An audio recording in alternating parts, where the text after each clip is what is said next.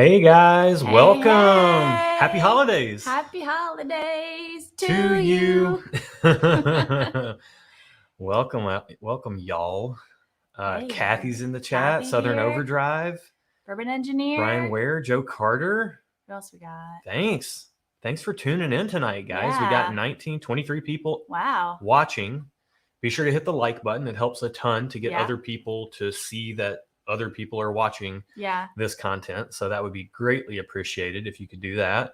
But yeah, tonight we have a lot of fun on our hands. Doug Tucker's Marco in Suarez. Here. Oh, Isaiah thank you, Carell. Joe. Joe says he loves my shirt. So this is my ugly Christmas sweater, and it is, in fact, very ugly.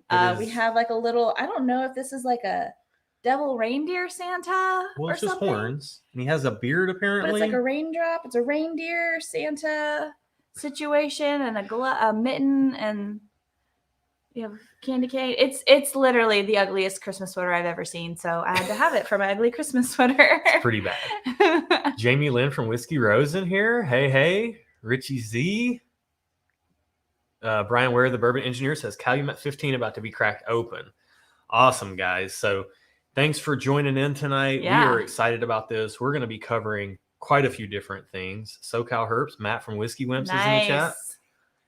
Matthew Markowski. Nathan Tuck. Hey, Nathan. Hey, what's up, Nathan? So yeah, we're super happy to be doing this tonight. Yep. We look forward to these every single month. Tonight, we're going to talk about our 10 most favorite bottles from 2021. Yep. And we're also going to do a Q&A as we talk through the bottles. And we're going to be sipping through those 10 as well as we go. Yep. So no surprise here. Erin has the ryes on her side. Mm-hmm. I have the bourbons on my side. Yep. We'll kind of work through them there. So Daniel Pettit, Robert Kinder. Did we miss somebody in chat? Scroll up a little bit. Okay, no, we got everybody, I think. Oh, Matthew Markowski. Yeah. Markowski. I said Matthew. Sorry, Matthew. So yeah, we're going to do all that. We're going to do our Q&A stuff. And we also have a couple of fun new regularly recurring segments that are going to happen every live stream that we do. And we think one is just going to be fun. And then the other is going to be, I think, fun and helpful. So fun and we'll helpful. get into that. It's a twofer. Texas Whiskey Plus is in here. What's up? So we do have some questions that we solicited prior to tonight for our Q&A. Yeah, to kind of hold any dead air that might be happening. Stella's here. Thanks for joining. But we will also be doing live Q&A, and we'll get to that as we are doing our top 10, our 10 favorites, and working our way through it. I keep wanting to call them a top 10. It's probably not the top 10. It's just our favorites this year. It's our favorites this year. Yeah. So, Mike, thanks for joining in. Before we get into that, we need to warm our palate up. Okay. So we're going to start right off of the bat with Flight Whiskey. So Kathy Huey in the chat knows about Flight. Mm-hmm. Flight is out of a Nashville suburb, Mount Juliet, Tennessee. And it started by three friends. We got to try a sample of I think it was their very first ever store pick. Oh, really? From Laverne Beverage Depot that Kathy let us have a sample of. And it was actually pretty impressive. So we're actually going to try this. This is not the store pick. This is Flight 1903. I think the store pick that we tried was Flight 118. So it's kind of cool. They do. Oh, that's cool. Yeah, they name it a flight. Number. So okay. We have it here. Now, what makes this unique, and the reason I'm kind of interested in trying it after trying that first one that we tried, 115 proof. Okay. 4-year age stated. Okay. Sourced from MGP. Okay. Single barrel selections by these three guys that have started this brand. But the thing that really gets me about them is it's a different mash bill than I've heard of coming out of MGP. I don't know anybody using MGP's heavy wheat mash bill. So this is 95% wheat and 5% malted barley. So interesting. Very, very interesting. You can find their website is flightwhiskey.com. But we're going to do a little review here. Okay. A little mini review. And get our palates warmed up. This is my first time sipping or smelling this. And thanks go out to Mike Durick for sending this to us. He's part of Flight. Like I said, we only said, yeah, we'll try it out because Kathy Huey so generously gave us a sample. And we liked that. Already knew that we love that one. So we're like, absolutely. People need to know about this. Yeah. So although Kilco's in the chat, JG says I look intelligent. I got my spectacles on. Look intelligent. This is his like Clark Kent. Yeah. Look. Cheers, Scott Pigsley. Yeah. All right, let's get into this. Okay, let's try. Cheers. Cheers. Flight 1903. Okay. 115 proof. The proof definitely comes across. You get a lot of concentrated sweetness. I just smell alcohol. Yeah, the alcohol's there. It's very like alcohol vapors. Yeah, really, really sweet though on the nose. I mean, you would think so for a weeded whiskey. Yeah. I'm gonna try it. Oh, I just got some really creamy vanilla.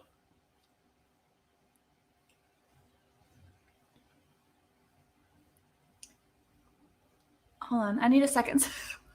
I'm Ooh. not, no flavors like jumping out to me. Yeah, to me, I'm getting just like the really concentrated candy sweetness. Almost like I'm envisioning like a red, what are those things called? They have the gum in the middle. They're the lollipops. What are those things called? Why am I blanking on those? I love those things. Oh, the blow pops. Blow pops. It's a red blow pop. It's like a red blow pop that has cinnamon in it. Yeah. It's very cinnamony. I'm getting a lot of cinnamon. That second sip, I didn't get a lot the first sip. Yeah. The second sip, I'm getting a lot of cinnamon.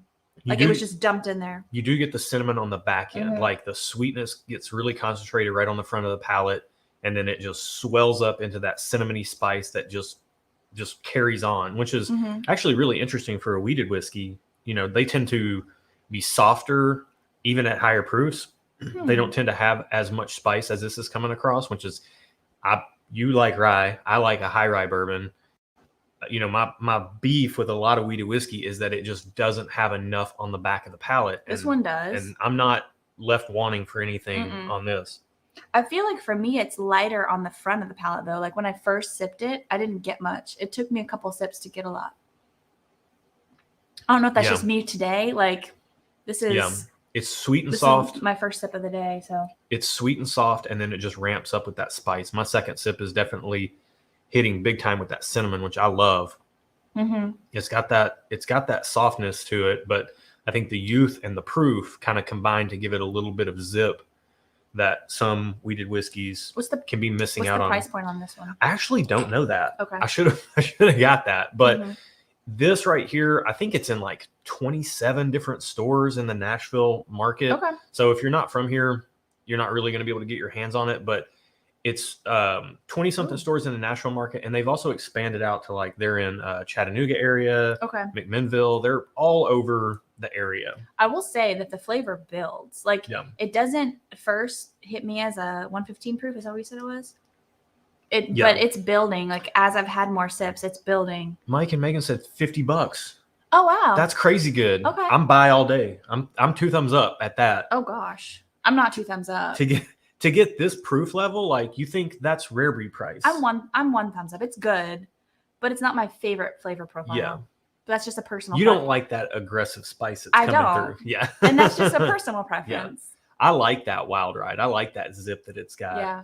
So I will say it builds slowly. So that's good. I do like that. Yeah. This is predictable based on what you like in a very rounded flavor profile versus what I like in a very punchy flavor profile. Yeah. I like this a lot. I bet it would go really good in a cocktail too. Although, I mean, $50 is kind of like my breaking point of something that I would use in a cocktail. Yeah. That's kind of expensive for a mixer. Yeah. I actually like this quite a lot.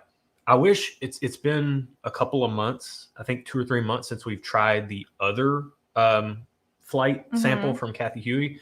But to my recollection, you know, I can't say that one is any better than the other, but they're both, I mean, I've really enjoyed them. Had never even heard of this until Kathy gave us a sample. So if you're ever in Tennessee, especially in the Nashville area, keep an eye out for flight whiskey. Yeah.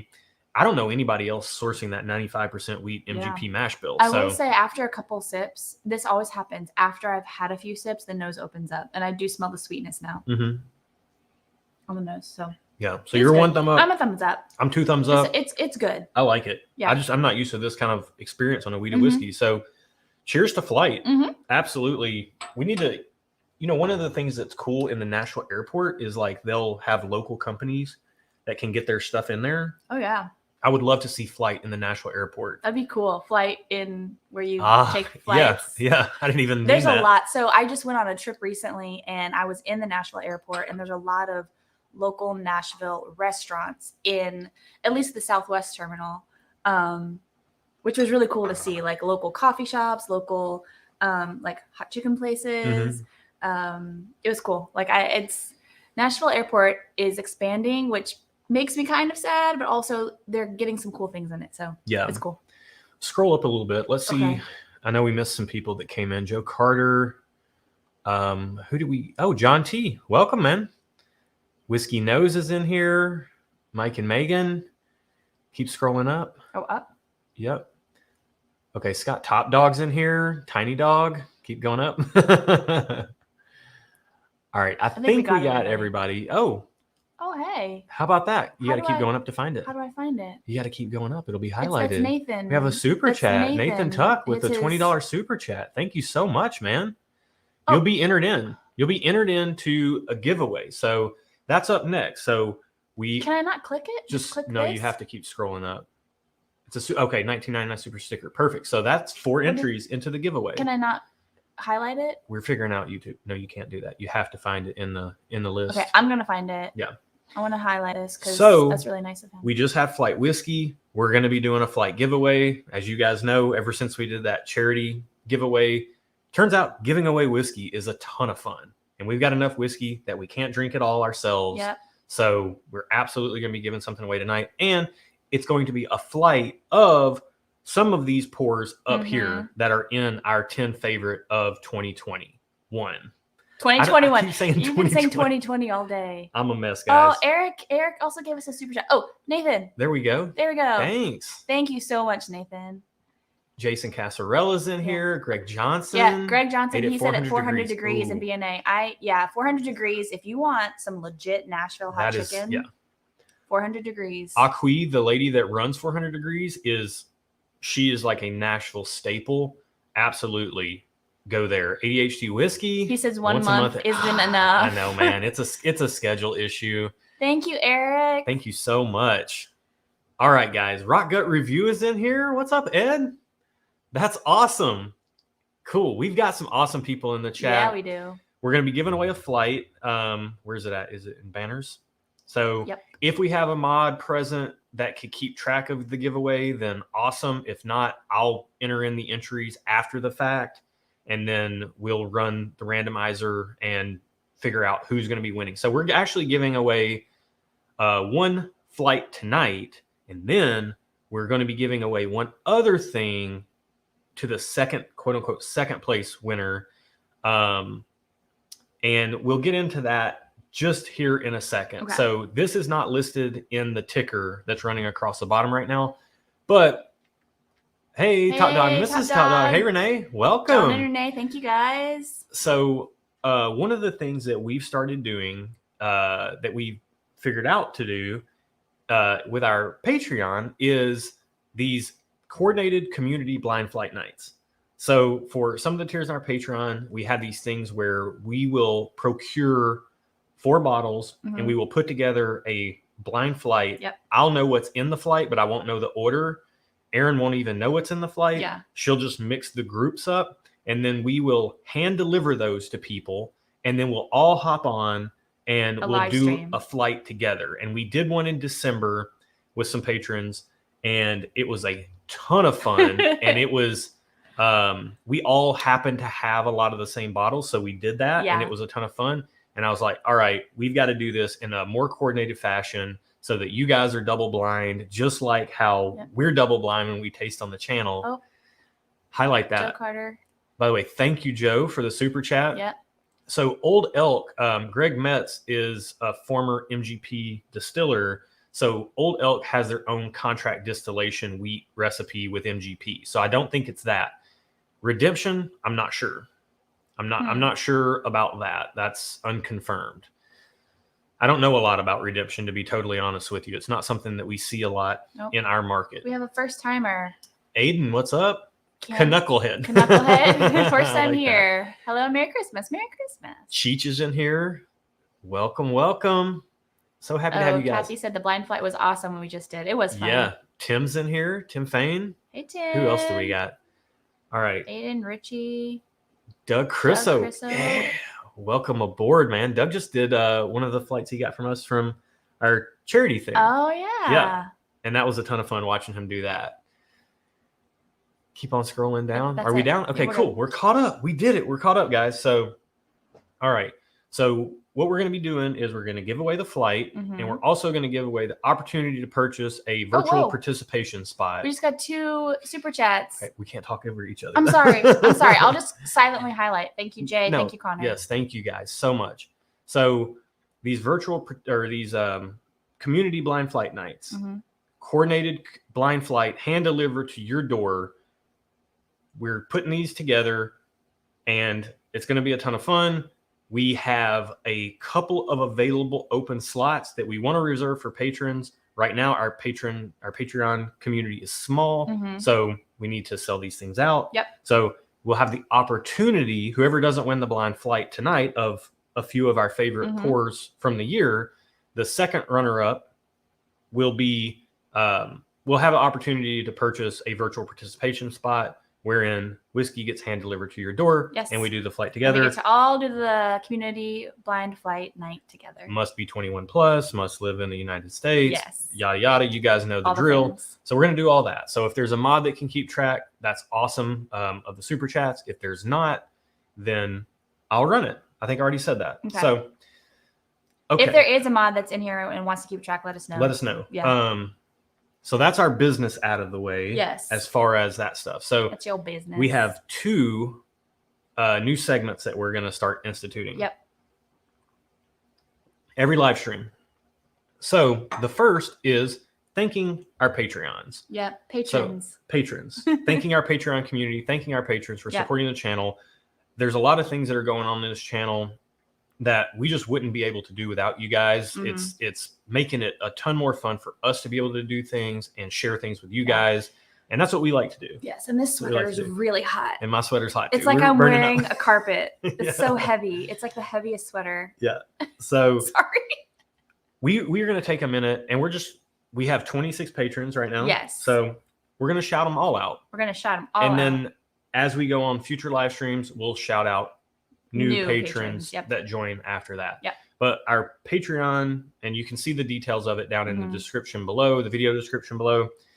We have a few tiers. Everything is kind of structured in a very logical way. Yeah. So we have our community tier, and it is what it sounds like. You get access to the Discord community.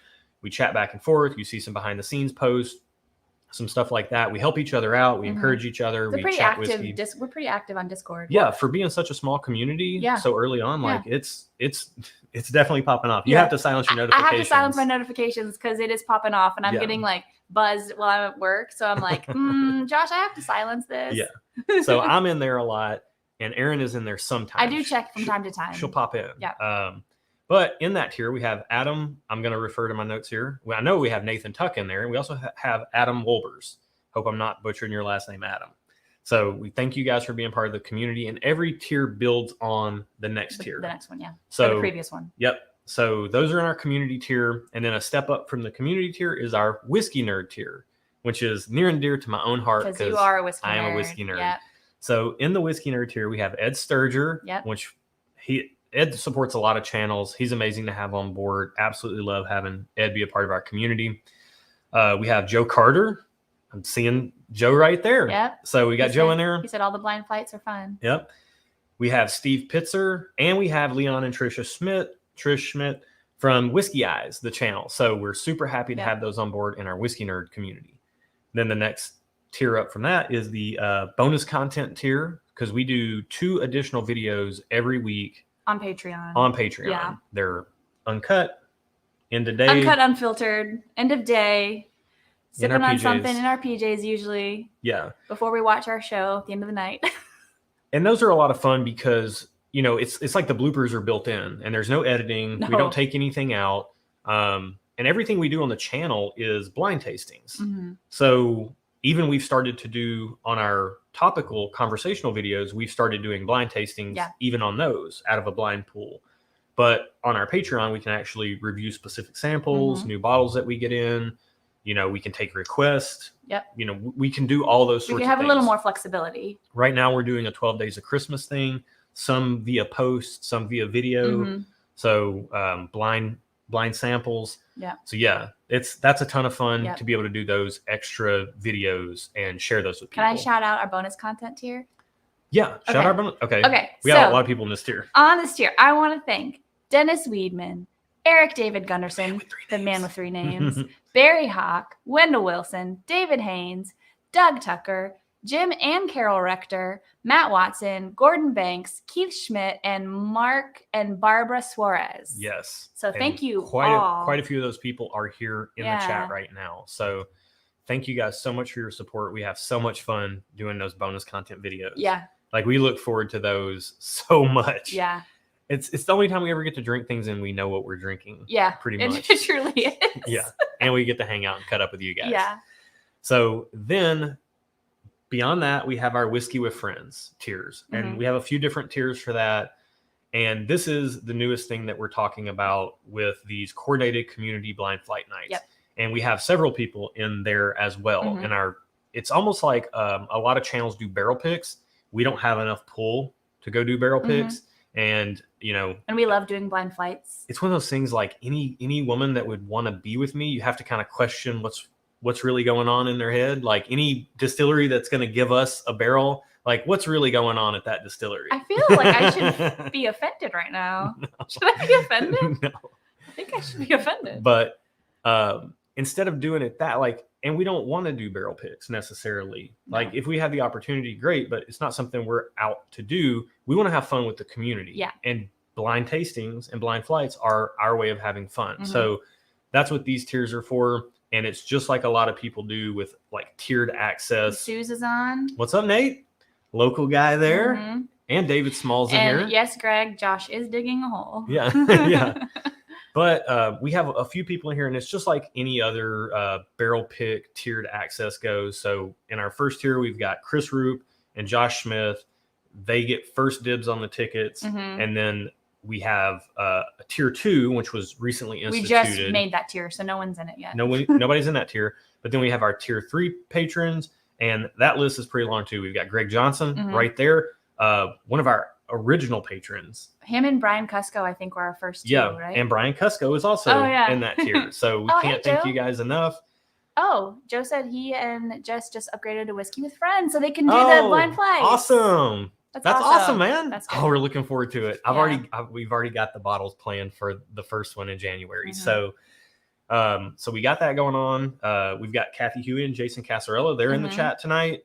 And John and Renee Peets are in the chat tonight. And Brian Ware is in the chat tonight. So I think the Whiskey with Friends tiers are well represented in the chat tonight. So Tim says, cheers from Bourbon Life Nation. Heck yeah. Thanks for joining in. This is so much fun, guys.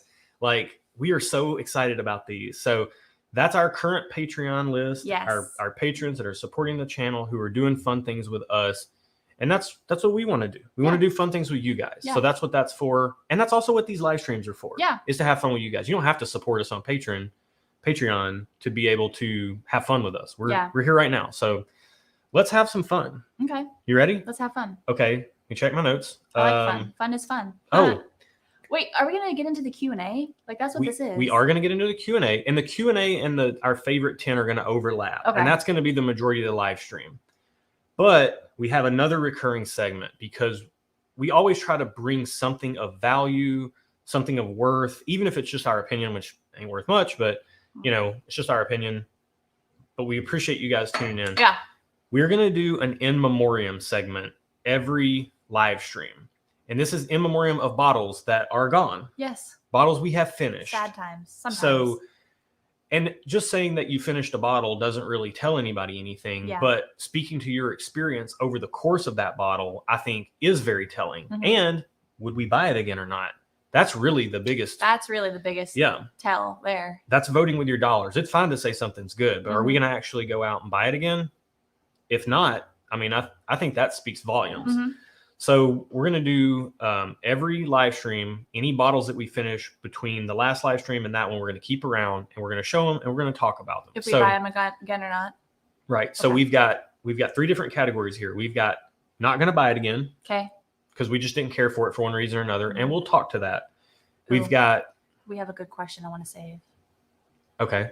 If you start, what happens? I don't know, but I'm going to start this one.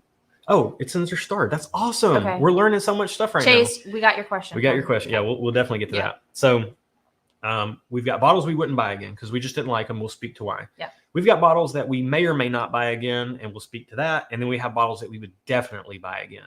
So let's start with the bottles that we would not buy again. First up is going to be Old Bardstown Estate, 101 proof. Mm-hmm. I bought this alongside David Nicholson Reserve because they were both $30 and kind of off the beaten path bourbons to try. This is Willet Distillate. A lot of people recommend this, but right from the get-go, we tried it and didn't like it. We never liked it any more than that. Yeah. It became primarily a cocktail bourbon that we used for Boulevardiers. Mm-hmm. And then eventually we got down kind of down to here. I just drain poured the rest of it. That's how little we liked it. I think this is the only thing I've ever drain poured. So wow. Not great. So not great. Not going to buy it again. We're not going to buy that again. Is that what you're saying? Correct. Okay. If you like hay and like wet moldy oak, that's a great bottle for you. Okay. If you don't, you like earthy stuff. I do like earthy stuff, but I like dirt earthy, not mold. You didn't like that. So next up, unpopular opinion, Old Grandad 114. There is a sour note in here, particularly on my palate, that this just doesn't get along with us that well. It's enjoyable sometimes, but then sometimes that sour note comes through. And quite honestly, for $30, there's just other stuff I'd rather buy. Get for $30, something better. Yeah. Yeah. I know this is an unpopular opinion, but we got to be honest, guys. Yeah. Not going to buy this again. If we do buy another one, it will only be because we're using it for something for the channel. If there's so overwhelming of a demand that we have to buy one of these to use for something, then we will. But it won't be on our personal. On a personal level, we would never buy this again. How many of these do we have? Ready for another unpopular opinion? This is the last one of the will not buy again. Okay, and then let's do a couple questions. Old Forester 1920. It's not our favorite. We like 1910 better. And for $65. Oh, there's so much more you can buy for that money. We'd rather buy Rare Breed. Rare Breed hits our palate better. Yeah. Matt says we got to find Lot 2 because we did have a Lot 1. So Lot 2 is supposed to be better. Okay. Just kidding. They're all Lot 1s. All right. Oh, I don't know. Now we've got 2 bottles in the maybe buy them again, maybe not. Let's break and do some questions. We're going to do the questions as we do the 10. Okay. Because we can talk as we sip. Josh likes to talk. We're going to just run through this and be done. Okay. We could have been done with the next bottle. Let's do it. Maybe buy, maybe not buy. Weller Antique 107. To be honest with you, this bottle was like a FOMO igniter for me early on in my nerdy whiskey journey. And as we sipped it and tried it against more things, it just didn't really do much for us. I do like having a store pick around, and I do like having a bottle around if we have guests who've never tried it. So that's why it's in the maybe category. Like if we run out of our store pick and then the opportunity comes up to buy one of these, then I might jump on it if there's like extra money in the budget that month. But other than that, we're not weeded whiskey people. I think that's what it is. We're not weeded whiskey people. Yeah, it's just a little uneventful. And that's just a preference. It's a little uneventful in that weediness, particularly in 107. There's kind of like a bready funk in there that we just don't love. Yeah. Next up, and you guys are gonna be surprised to see this. Okay.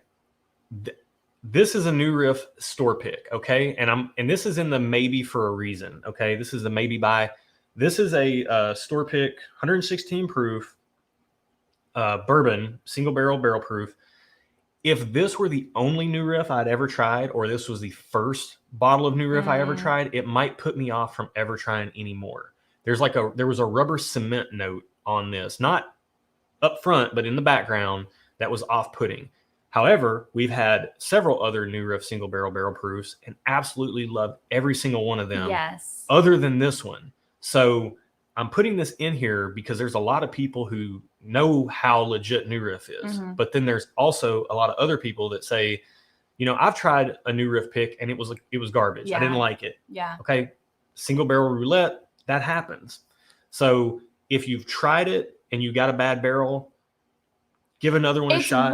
I think it's worth giving it a second shot. Yeah. And then if you still don't like it, then that's fair. It's that good that it's worth giving a second shot, particularly if you get a different barrel. Particularly if you're like us and you live in a state that lets you sample before you buy. Mm-hmm. That's a biggie. Mm-hmm. So now here's the absolutely will buy again. We got technically 4 bottles for this. Yeah. $17.92 bottled in bond. Great $35-$40 pour. We already have another one of these. Great product. Not whiskey of the year product like it was named at San Francisco. So you like $17.92 foolproof. I like foolproof and I like bottled in bond. This is great. We actually have another one of these and we have a store pick of one of these. So like $17.92 bottled in bond. We got a lot of bottles over here for the 10 here. So next up, another empty bottle of Rare Breed in the house. This is in the maybe buy? No, this is in the absolutely rebuy. We already have another one of these. Oh, okay. I thought we were still going on the maybe buy. I was going to be offended. Next up in the absolutely will buy, Ardbeg Oakdale. Oh, yeah. Boy, this changed our minds on what peated scotch could be. Mm-hmm. We absolutely want another bottle of this, and we are on the lookout for one. On the hunt. Getting one. And last up, before we get into our Q&A, on the absolutely will rebuy bottles. Absolutely, yes. Which is also the not number one. This is in no particular order. This is our first in memoriam bottle as well.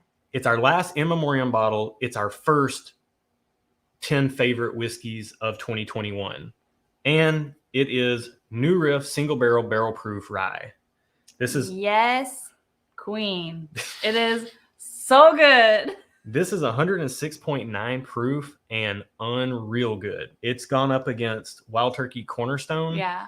And I was tasting them back to back in a blind and didn't even know that's what I was tasting. But it was literally splitting hairs. And then I eventually, I think, picked this over the Cornerstone. And you also picked this over the Cornerstone in a blind. That's Spoiler how good, alert if you haven't seen that video. Yeah. Well, that was months ago. That's how good this stuff is. Yeah. So this is an in memoriam bottle. And it's also absolute rebuy. Right here. Yeah. And I will be drinking it. So you can go ahead and get into it. Okay, We're going to go ahead and start our 10 favorite bottles of 2021. Okay. And it starts right off the bat with New Riff. Oh, it's so good. Oh my gosh. It tastes like got a little green apple. Yeah. You want to try some? Yeah, I absolutely want to try some. So good. Okay, catch up on comments. Someone said if you like Oakdale, try. Oh gosh, I can't read that. Brook Lottie? Port Charlotte, heavily peated, yeah. Okay. Bourbon Engineer, save the empty for Top Dog. I see a gift in the making. Yeah, if you guys want some lamps, some whiskey lamps, Top Dog, he's a magician with the whiskey bottles and lamp making. Man, this rye is so good. It's good. It's sweet. It's like a good bourbon drinker's rye, but there's still enough rye forward notes that somebody that wants it's not going to surprise you like a 51% rye. It's definitely a rye. Yeah. But there's enough sweetness there that I think a bourbon lover would actually really like it. Yeah. My only knock on any of the New Riff barrel proof stuff is that I just wish the finish were a little longer. And that's the one thing keeping it out of being absolutely exceptional. Okay. But the flavor profile is so good. So we have our first question. How much caffeine did Josh have today? Well, I'm trying to get through all of this stuff so that we can get into the Q&A and we can take our time through our 10 pours here. So yeah. Cal Herbst, to help sway the answer to your favorite whiskey wimps. Oh, we've got that one. That was a question. We have a thing here with our questions highlighted. So let's go to our starred questions. Can we be bribed?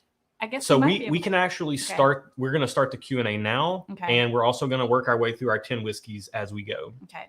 So here's our start questions. This one wasn't a question. It was just okay. Chase Wilson asked, "Do y'all like to grill, or what kind of things do you like to cook?" Yeah.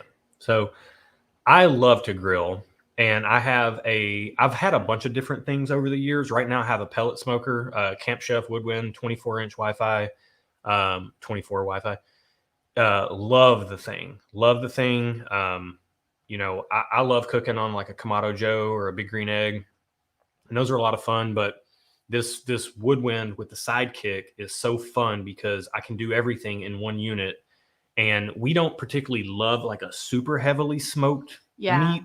So I can get enough with the Woodwind to make it good, but it's not overpowering yeah. with smokiness. And yeah. and the convenience factor is, yeah. that's the offset. So absolutely love it. I absolutely love to do ribs. I like to do the things in Nashville that you can't really get a good version of in Nashville. So I like to do steaks here, but we can also go out and get a good steak. Yeah. It's hard to get good pulled pork and hard to get good ribs around here. Not that there aren't places, there absolutely are, but I have a pretty high standard when it comes to pulled pork and ribs. So those are two of my favorite things to cook. You do good pulled pork. Yeah.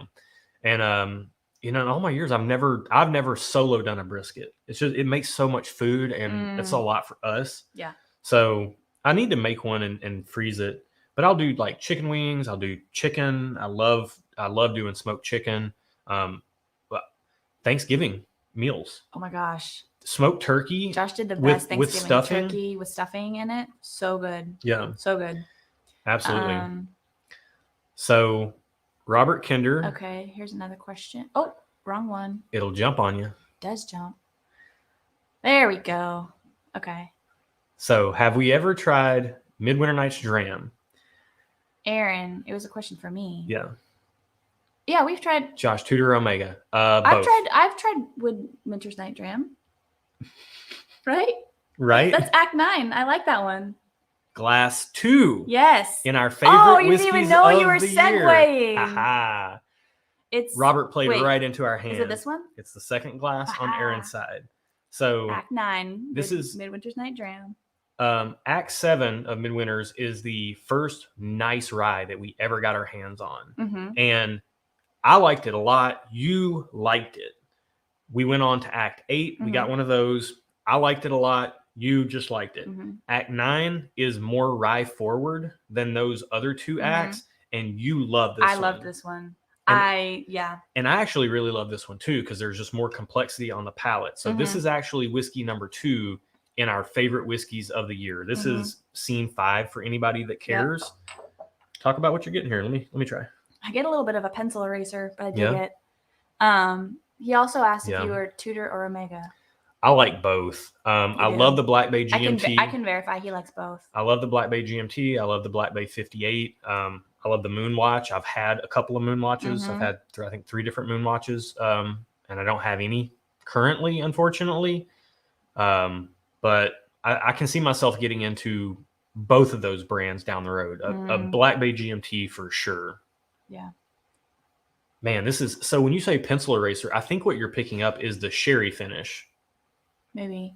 So Tim, because you've gotten it on other whiskeys, like even like last night we were hanging out with Eric David Gunderson, and he had like an Indian whiskey or a what was the one? The Armenian whiskey. Armenian whiskey was so something good. was finished in sherry, and you were like, pencil eraser. Yeah, but I liked it though. I think it's the sherry finish. Tim asked Erin, "What's your skin routine?" Christina wants to look as young as you when she gets older. Oh, that's so nice. Avoid the sun and wear sunscreen every day. I mean, that's really the only thing I do that's like special is I put sunscreen on every day, even if it's cloudy. Yeah. And on my face. She gets on to me for not doing it. And on the back of your hands, because your hands and your neck show age. So sunscreen your face, the backs of your hands, and then your like clavicle area. Yeah. Yeah. She is super serious on her sunscreen. Yeah. Well, I'm fair skinned, so you just have to be.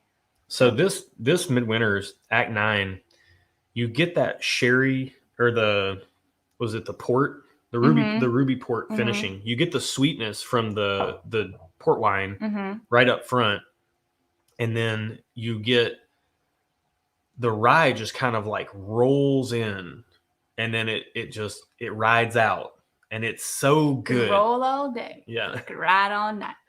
I got a full tank of unleaded. It's like riding a nice, comfy wave of flavor. And all the transitions are really good in a way that I don't think 7 or 8. And we actually did, you can actually, it's a public video. You can go to our Patreon link in the description. And you can see in there, we have a Midwinter's. We have Act 9 versus 8 and 7. Yeah, we made that video public. Yep. You can watch that. It's on our Patreon. If you go to our Patreon page, there are a few public posts that you can see, even if you're not a patron. So that Act 9 was both of our favorites. So this is bottle number 2 of our favorites, and may or may not be in the flight. May or may not be. May or may not be in the may or may not be. Brian. Wait, where did I put the other bottle? Okay. Recognized what I was singing. Yeah. So, by the way, real quick, we have 79 people in the chat. Also, in the video description below, you will see a short link. Okay. For it'll say fundraiser, help a Kentucky family. Oh yes. So, we're sitting here talking about on this live stream. We're talking about these coordinated community blind flights, and the idea for that. What's he saying? I'm sorry, I have to highlight that. That is amazing. Man, these sweaters are hot. I know. So the link in the video description below for the fundraiser. So when we were starting this channel, we had a couple of people from the National Bourbon Social Club help out with the scoring rubric. And I actually did the coordinated flight thing. This is kind of the genesis of this idea, was that I put together 4 coordinated blind flights, and then you mixed them up. We labeled them. So I was single blind. Everybody else was double blind. And the Sue's in chat, he was one of the people. And then we had 2 other people, Scott Kading, show enough if he's in the chat. And then we've had Jason Ladd, who is part of National Bourbon Social Club, has since moved to Orlando, but he's from Kentucky. And if you guys know about the tornadoes that have happened recently, if you're in the whiskey scene, I don't know how you possibly wouldn't. There's a lot of fundraisers going on for these things. But Jason Ladd is from one of the towns that got decimated, and he personally knows 12 families that lost literally everything, including one family who the wife is a nurse and they have 5 kids, one of which still lives at home, and the grandparents are involved, and the dad's a factory worker there in Kentucky, and they literally lost everything. They were hiding in the basement when the tornado came through, and even the basement got destroyed. Luckily, nobody got hurt, but he's raising some money for these people. You can see the link in the description below. You can put NBSC for National Bourbon Social Club in the comments to your donation there. And I think every $10 gets you entered to win like all kinds of different bottles over there. But they're trying to raise some money and help a family in need. There's a lot of fundraising efforts being funneled into community relief and community rebuilding. But this is specifically to help one family who he personally knows. And Jason's is as good a guy as comes. So I'm a little bit ashamed that it took us 40 minutes to get into that. And nonetheless, check the link in the description. Yeah, check that, because Jason is, like I said, as good as they come. And if he's vouching for these people, I absolutely believe that he knows that they need help.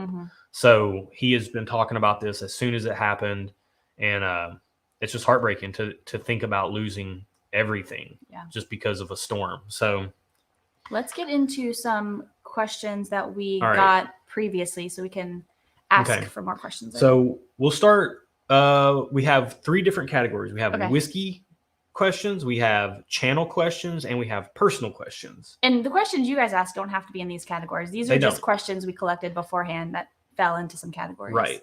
Right. So let's go into our first question. Matt Scrivens, we posted on YouTube a little Ask Us Anything, and he asked, what's the worst whiskey we've ever had? And I see ADHD Whiskey here in the chat, and it seems like an appropriate time to answer this question. Oh, I know what you're going to say.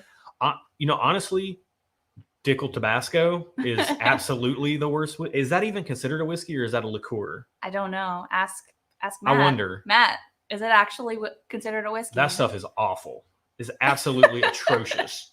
And it starts not as bad as you think, and then it gets worse than you think. It's bad. And it just lingers around. But outside of that, what's the any actual like real whiskey? Was it the honestly old Bardstown? that old Bardstown, I just did not like that. Yeah, that's the only thing you've ever poured down the sink. And I've ran across some Willet stuff. There's some Willet stuff that I absolutely love, and there's other Willet stuff that I just don't like at all. And that New Riff, that barrel pick that had that rubber cement note, really wasn't very good either. Was it your jam? I'd put that in kind of the worst whiskey list as well. Wow. Yeah, which is saying something, because all the other New Riffs we've owned or tried have been outstanding. Yep. So all right, what else we got? Okay, let's get into Kelly from @beer_NYE. A lot of these questions came from Instagram. So on Instagram, @beer_NYE, beer_NYE, and Kenneth Harris from YouTube. They both kind of asked the same question. Okay. Kelly asked, do we ever think about doing some Scotch reviews? And Kenneth asked, do we have a favorite Scotch? So we've done one Scotch flight, a peated Scotch flight. That's what opened up our mind to how wonderful peated Scotch is. And we've, on our Patreon, we've done quite a few Scotch reviews. On the channel with the blind head-to-heads, we don't have enough of a Scotch collection to layer those into our sample pool. Yeah.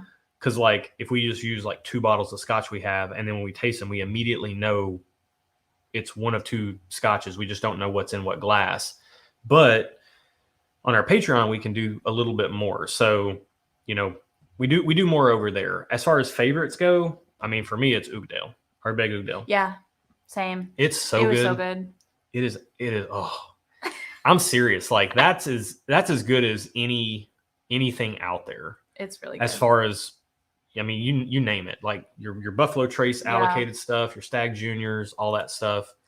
Speaking of good, what's this third good thing that we have? Our third good thing here. I'm starring some questions. Our third favorite whiskey of 2021 is Nashville Barrel Company Rye. This is an 8-year rye sourced from MGP, 115.66 proof. Erin has a sweet spot for Bullet Rye. That was like her comfort food rye. That was my starter rye. Yeah. And so this is just Bullet Rye all grown up. Yeah. With the big boy pants like on. Me all grown up. Yeah. And so we actually went to Nashville Barrel Company and we did a flight. We did 2 flights. Yep. And we picked out this rye for your birthday. So we absolutely... Which was a very close one between that one and the Fred Minnick. The Fred Minnick 9-year rye. 9-year rye. And that's an 8-year rye. Yeah. And you like the 9-year rye from Fred. It was a little bit more earthy, but it was also a little bit more spiky. It had a little bit more like flavor punch, like the flight whiskey did, which I liked. But then this is just sweet and balanced and well-rounded. And you like this quite a lot as well. So Nathan just said he upgraded to Whiskey Nerd. Yeah. Holla. Come on, man. I'll be sending you some links to all our Whiskey Nerd info here soon. Post live stream. Oh man, this is so good. It is good. So some of this stuff, these are our favorites. So this is Nashville Barrel Company. It's a local place. You can't just get it. But if you go to Nashville, I think it's @Nashville Barrel Co. on Instagram, sometimes they open up what they call their VIP program, and you can pay a certain amount of money every month. I think it's like $150 or something. And even if you're abroad, not abroad, but like over the US, they will. I'm abroad. I'm a fancy broad. They will send you bottles every so often through an online merchant that they use, and they'll even post about stuff. So even if you don't live in Nashville, as long as you live somewhere where they can ship to, which I'm sure you can email them and ask them if they do, then you can actually get your hands on some of this Nashville Barrel Company rye and bourbon. Yep. But this rye is fantastic. All right, while you're sipping, we got a few more questions. Tim asked, what is your favorite bottom shelf whiskey? I don't know what's on the bottom shelf, so I'm going to let you answer that one. Isn't it Evan Williams Bottled and Bond? Is that the one that was the white and the green that I like? You like that one? You like that one okay. You like Early Times better. Oh, okay. I like Evan Williams 1783 quite a lot for like a bottom shelf pour. Honestly, like JTS Brown, I hate to be that guy because it's kind of limited market to Kentucky, but you're getting 100 proof. It is really, really good. We had it inside of a blind the first time up against William Heavenhill 13-year bottled and bond. And don't get me wrong, the William Heavenhill was better, but the JTS Brown was really good, and it had quite a nice finish on it, which was my favorite part. And it's actually our decanter bourbon. So limited market JTS Brown, mass market Evan Williams is 1783 at $13 for 750 milliliters. $13. It's really hard to beat. That's hard to beat. It tastes like strawberry Pop-Tarts to me. Ooh, I love a good strawberry Pop-Tart. Yeah, it's really good. All right. Let's do one more question and then we can get drink. So Chase asked, restaurant recommendation in Nashville. Him and his girlfriend are going to visit. He wants to try Sean Brock's The Continental. Mm-hmm. Bolton's Spicy Chicken. You can just call it Bolton's. Yeah. And Dino's Yep. for a good legendary dive. We need one more. So the Continental's great. If you can't get in at the Continental, don't unstart yet because I need to see it. Okay. If you can't get in at the Continental, Audrey is Sean Brock's other restaurant that's just opened up that is supposed to be really good. We've not yet gone. We've heard good things about it. Heard great things. We are huge fans of Bastion, which are the original chef from Catbird Seat is now at Bastion, and we love that place. We highly recommend it. They also have harder to find bourbons for decent prices at their bar. Yep. If you're doing the tasting menu.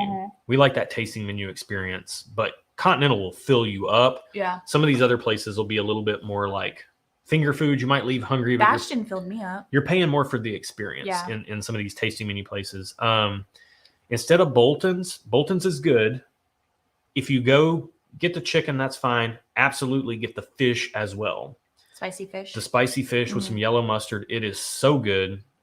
What's another good hot chicken place? Honestly, I'd put Bolton's they're in the top 10, but they're in the bottom half of the top 10. Yeah. I would say a place like 400 Degrees is going to be like your classic Nashville hot chicken. If you're not 400 Degrees, the other place I would recommend, why am I blanking on it? It's the original. No. Well, Prince's is the original. And Prince's is good. Subculture is like a hidden hole in the wall. No. Forget he said that. That's our secret. Subculture is good. And then I'm blank. Slow Burn in Madison. They have a really wide menu and they get really creative with their they'll have like hot chicken, like egg rolls and hot chicken and waffles. I've not been there. All Why kinds are you of stuff. taking me there? It's on the other side of town. Oh, that's why. I go though. It's really good. So I would replace that with that. Dino's is great. And then if you need one more, any of the things I just said. Yeah. Add those onto this. Or I'm going to give you another secret tip. So a lot of people come to Nashville, they stay in a hotel, they do the things, and then they go to Broadway, they go out. The hotel, like lobby bars and restaurants in the hotels, specifically the boutique hotels in Nashville, are amazing. Yep. I've had one of the best burgers I've ever had at the Bobby Hotel.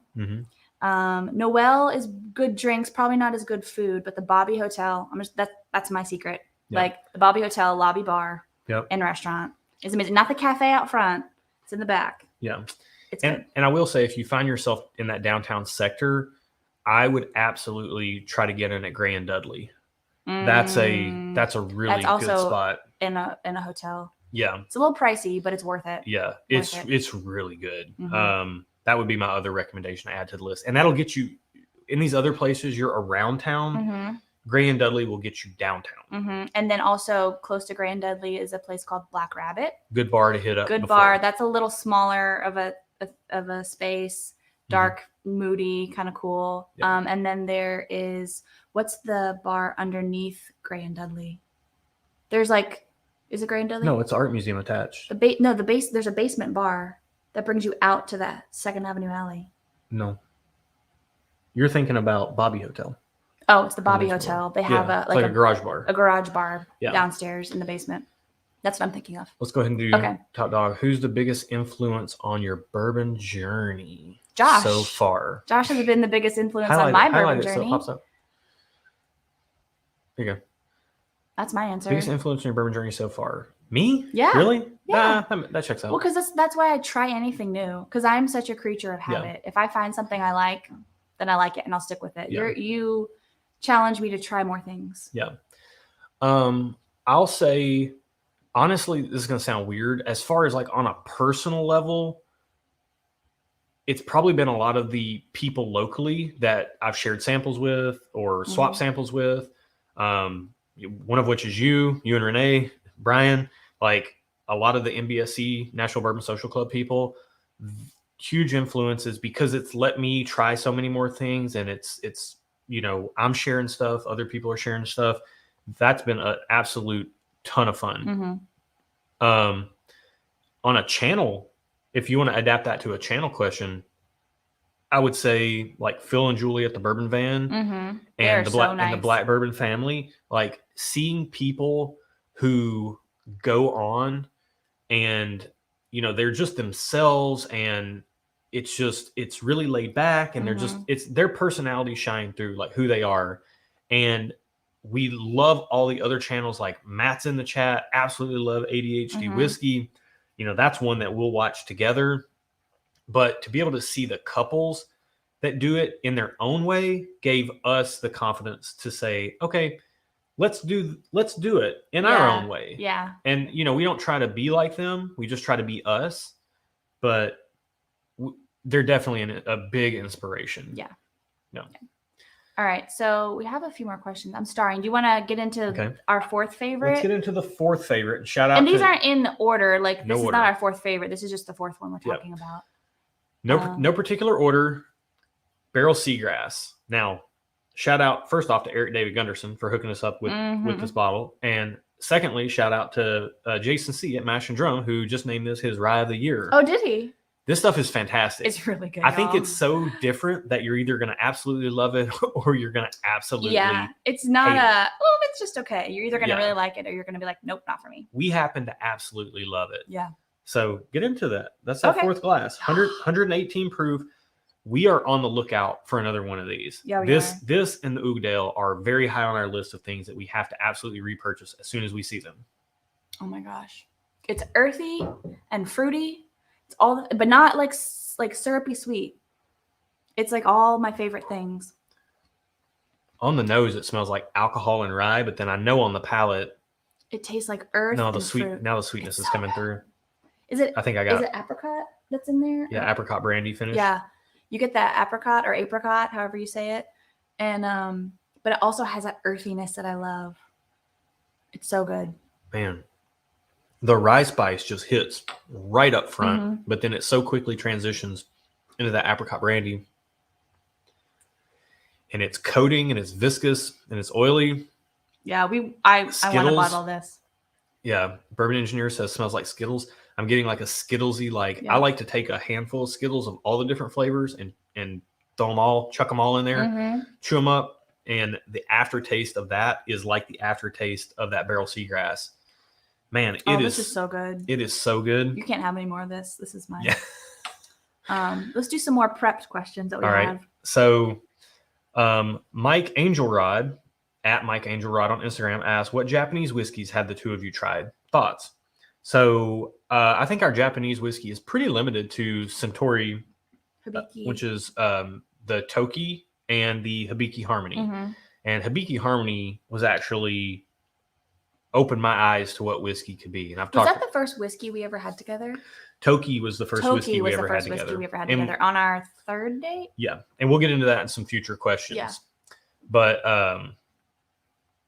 those are the only two Japanese whiskeys we've ever tried. ? I think so. I think we might have tried some other ones out and about, or at least I have, but none that really stuck out in my mind like those two did. Yeah. So Toki, because it's, it was special to us as the first whiskey we ever shared together.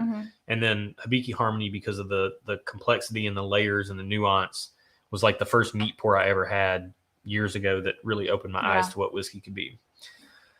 At Nocturnal Priest on Instagram asked, "Do we know that Europeans get lower proof bourbon at higher price tags than we do?" So I did not know that. That makes sense. Although with tariffs changing up, that might not be the case too much longer. But we get hit with. I still want to go to Europe. Yeah, we get hit with the Scotch and Irish tax over here, and you guys over there get hit with the whiskey tax, with the bourbon and rye tax from over here. So it's a bummer.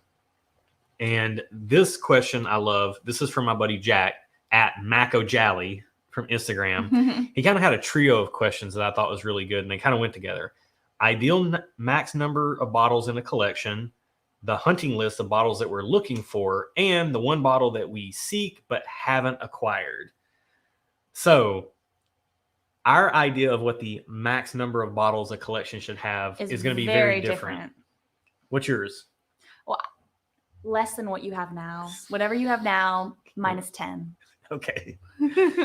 I would say, for me, it's like we're kind of at max capacity over here. Yeah. I mean, realistically, I think you can honestly get by with 5 or 6 if you just want to have some staples of different proofs and types. Yeah. You really don't need what we all have. But as far as being a whiskey nerd goes, you know, you can't drink them all. They get harder and harder to even share when you start getting a lot. So I think we're hovering somewhere around 140-ish bottles now. Oh, really? I've never heard an official number. That feels like a little too much. So we don't have space for that many. Yeah. Josh has confiscated space that he was not given, but I love him, so I'm letting him keep it. But my love can. I'm hiding bottles everywhere over here. The hunting list of bottles we're looking for: Ardbeg Oakdale, Barrel Seagrass. Those are the 2 realistically attainable ones. Yeah. And there's we're patiently waiting for our local store. I got to go on a barrel pick of 1792 full proof, and it is outstanding. And I'm buying cases when they get it in, if they'll let me. So that to me is on the hunt list. As far as like the crazy, wild, unattainable stuff, you know, there's honestly not a lot. Like there's actually, I wonder if I can access it. There's a list I have of the bottles that we have or have tried. We don't need to try to do that now. Okay. I don't think I could find the link, but I would love to get a Weller Full Proof for the channel. I've had Weller Full Proof a few times. It's good. It's not great. I'd love to match it up against some things. And we're actually borrowing a bottle from a friend, Cole, here in town, Nashville Bourbon Social Club member. And we're going to put it in matchups against a couple of things. He's going to let us get 2 pours out of it and match it up some stuff. So that's one of the things I want for the channel. And then just like anything of interest for the channel on a personal level, we've never had or even tried any Dusty Wild Turkey, and us being both Wild Turkey fans, that's something that like I'd love to try some Birth Year Wild Turkey. King of Kentucky, Jack Daniel's Coy Hill. After trying that, man, Booker's Rye has been probably the single best whiskey that I've ever tried, ever. Thanks to Top Dog in the chat, letting us have a sample of that. Actually, it's more like his wife. Yeah, Renee slinging Booker's Rye samples over there. Like, wow, that stuff was unreal. So I'd say that, like, Dusty's, King of Kentucky, Booker's Rye. So what am I smelling right here? So the last rye, and this would be on the hunting list too, if I could ever find another one. Old Forester single barrel proof rye. It smells good. This is Warehouse G, floor 3, 127.6 proof. This knocked our socks off when we tried it. I'm curious to know if. I'm curious to know if the old notes stand up. But when I first sipped this, it was like a buttercream frosting with green tea drizzled over top of it.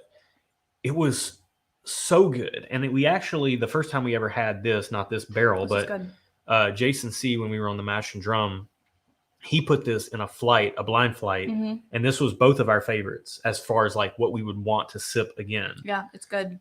It's a little stronger, like in flavor than the last couple ones I had. Yeah. Although this Seagrass is more. So good. So good. While you're sipping, actually, let me go to some starred questions that we have. Larry C., what would you suggest for a first scotch? That is so good, man. What would you suggest for a first scotch? So we're pretty new to the scotch world.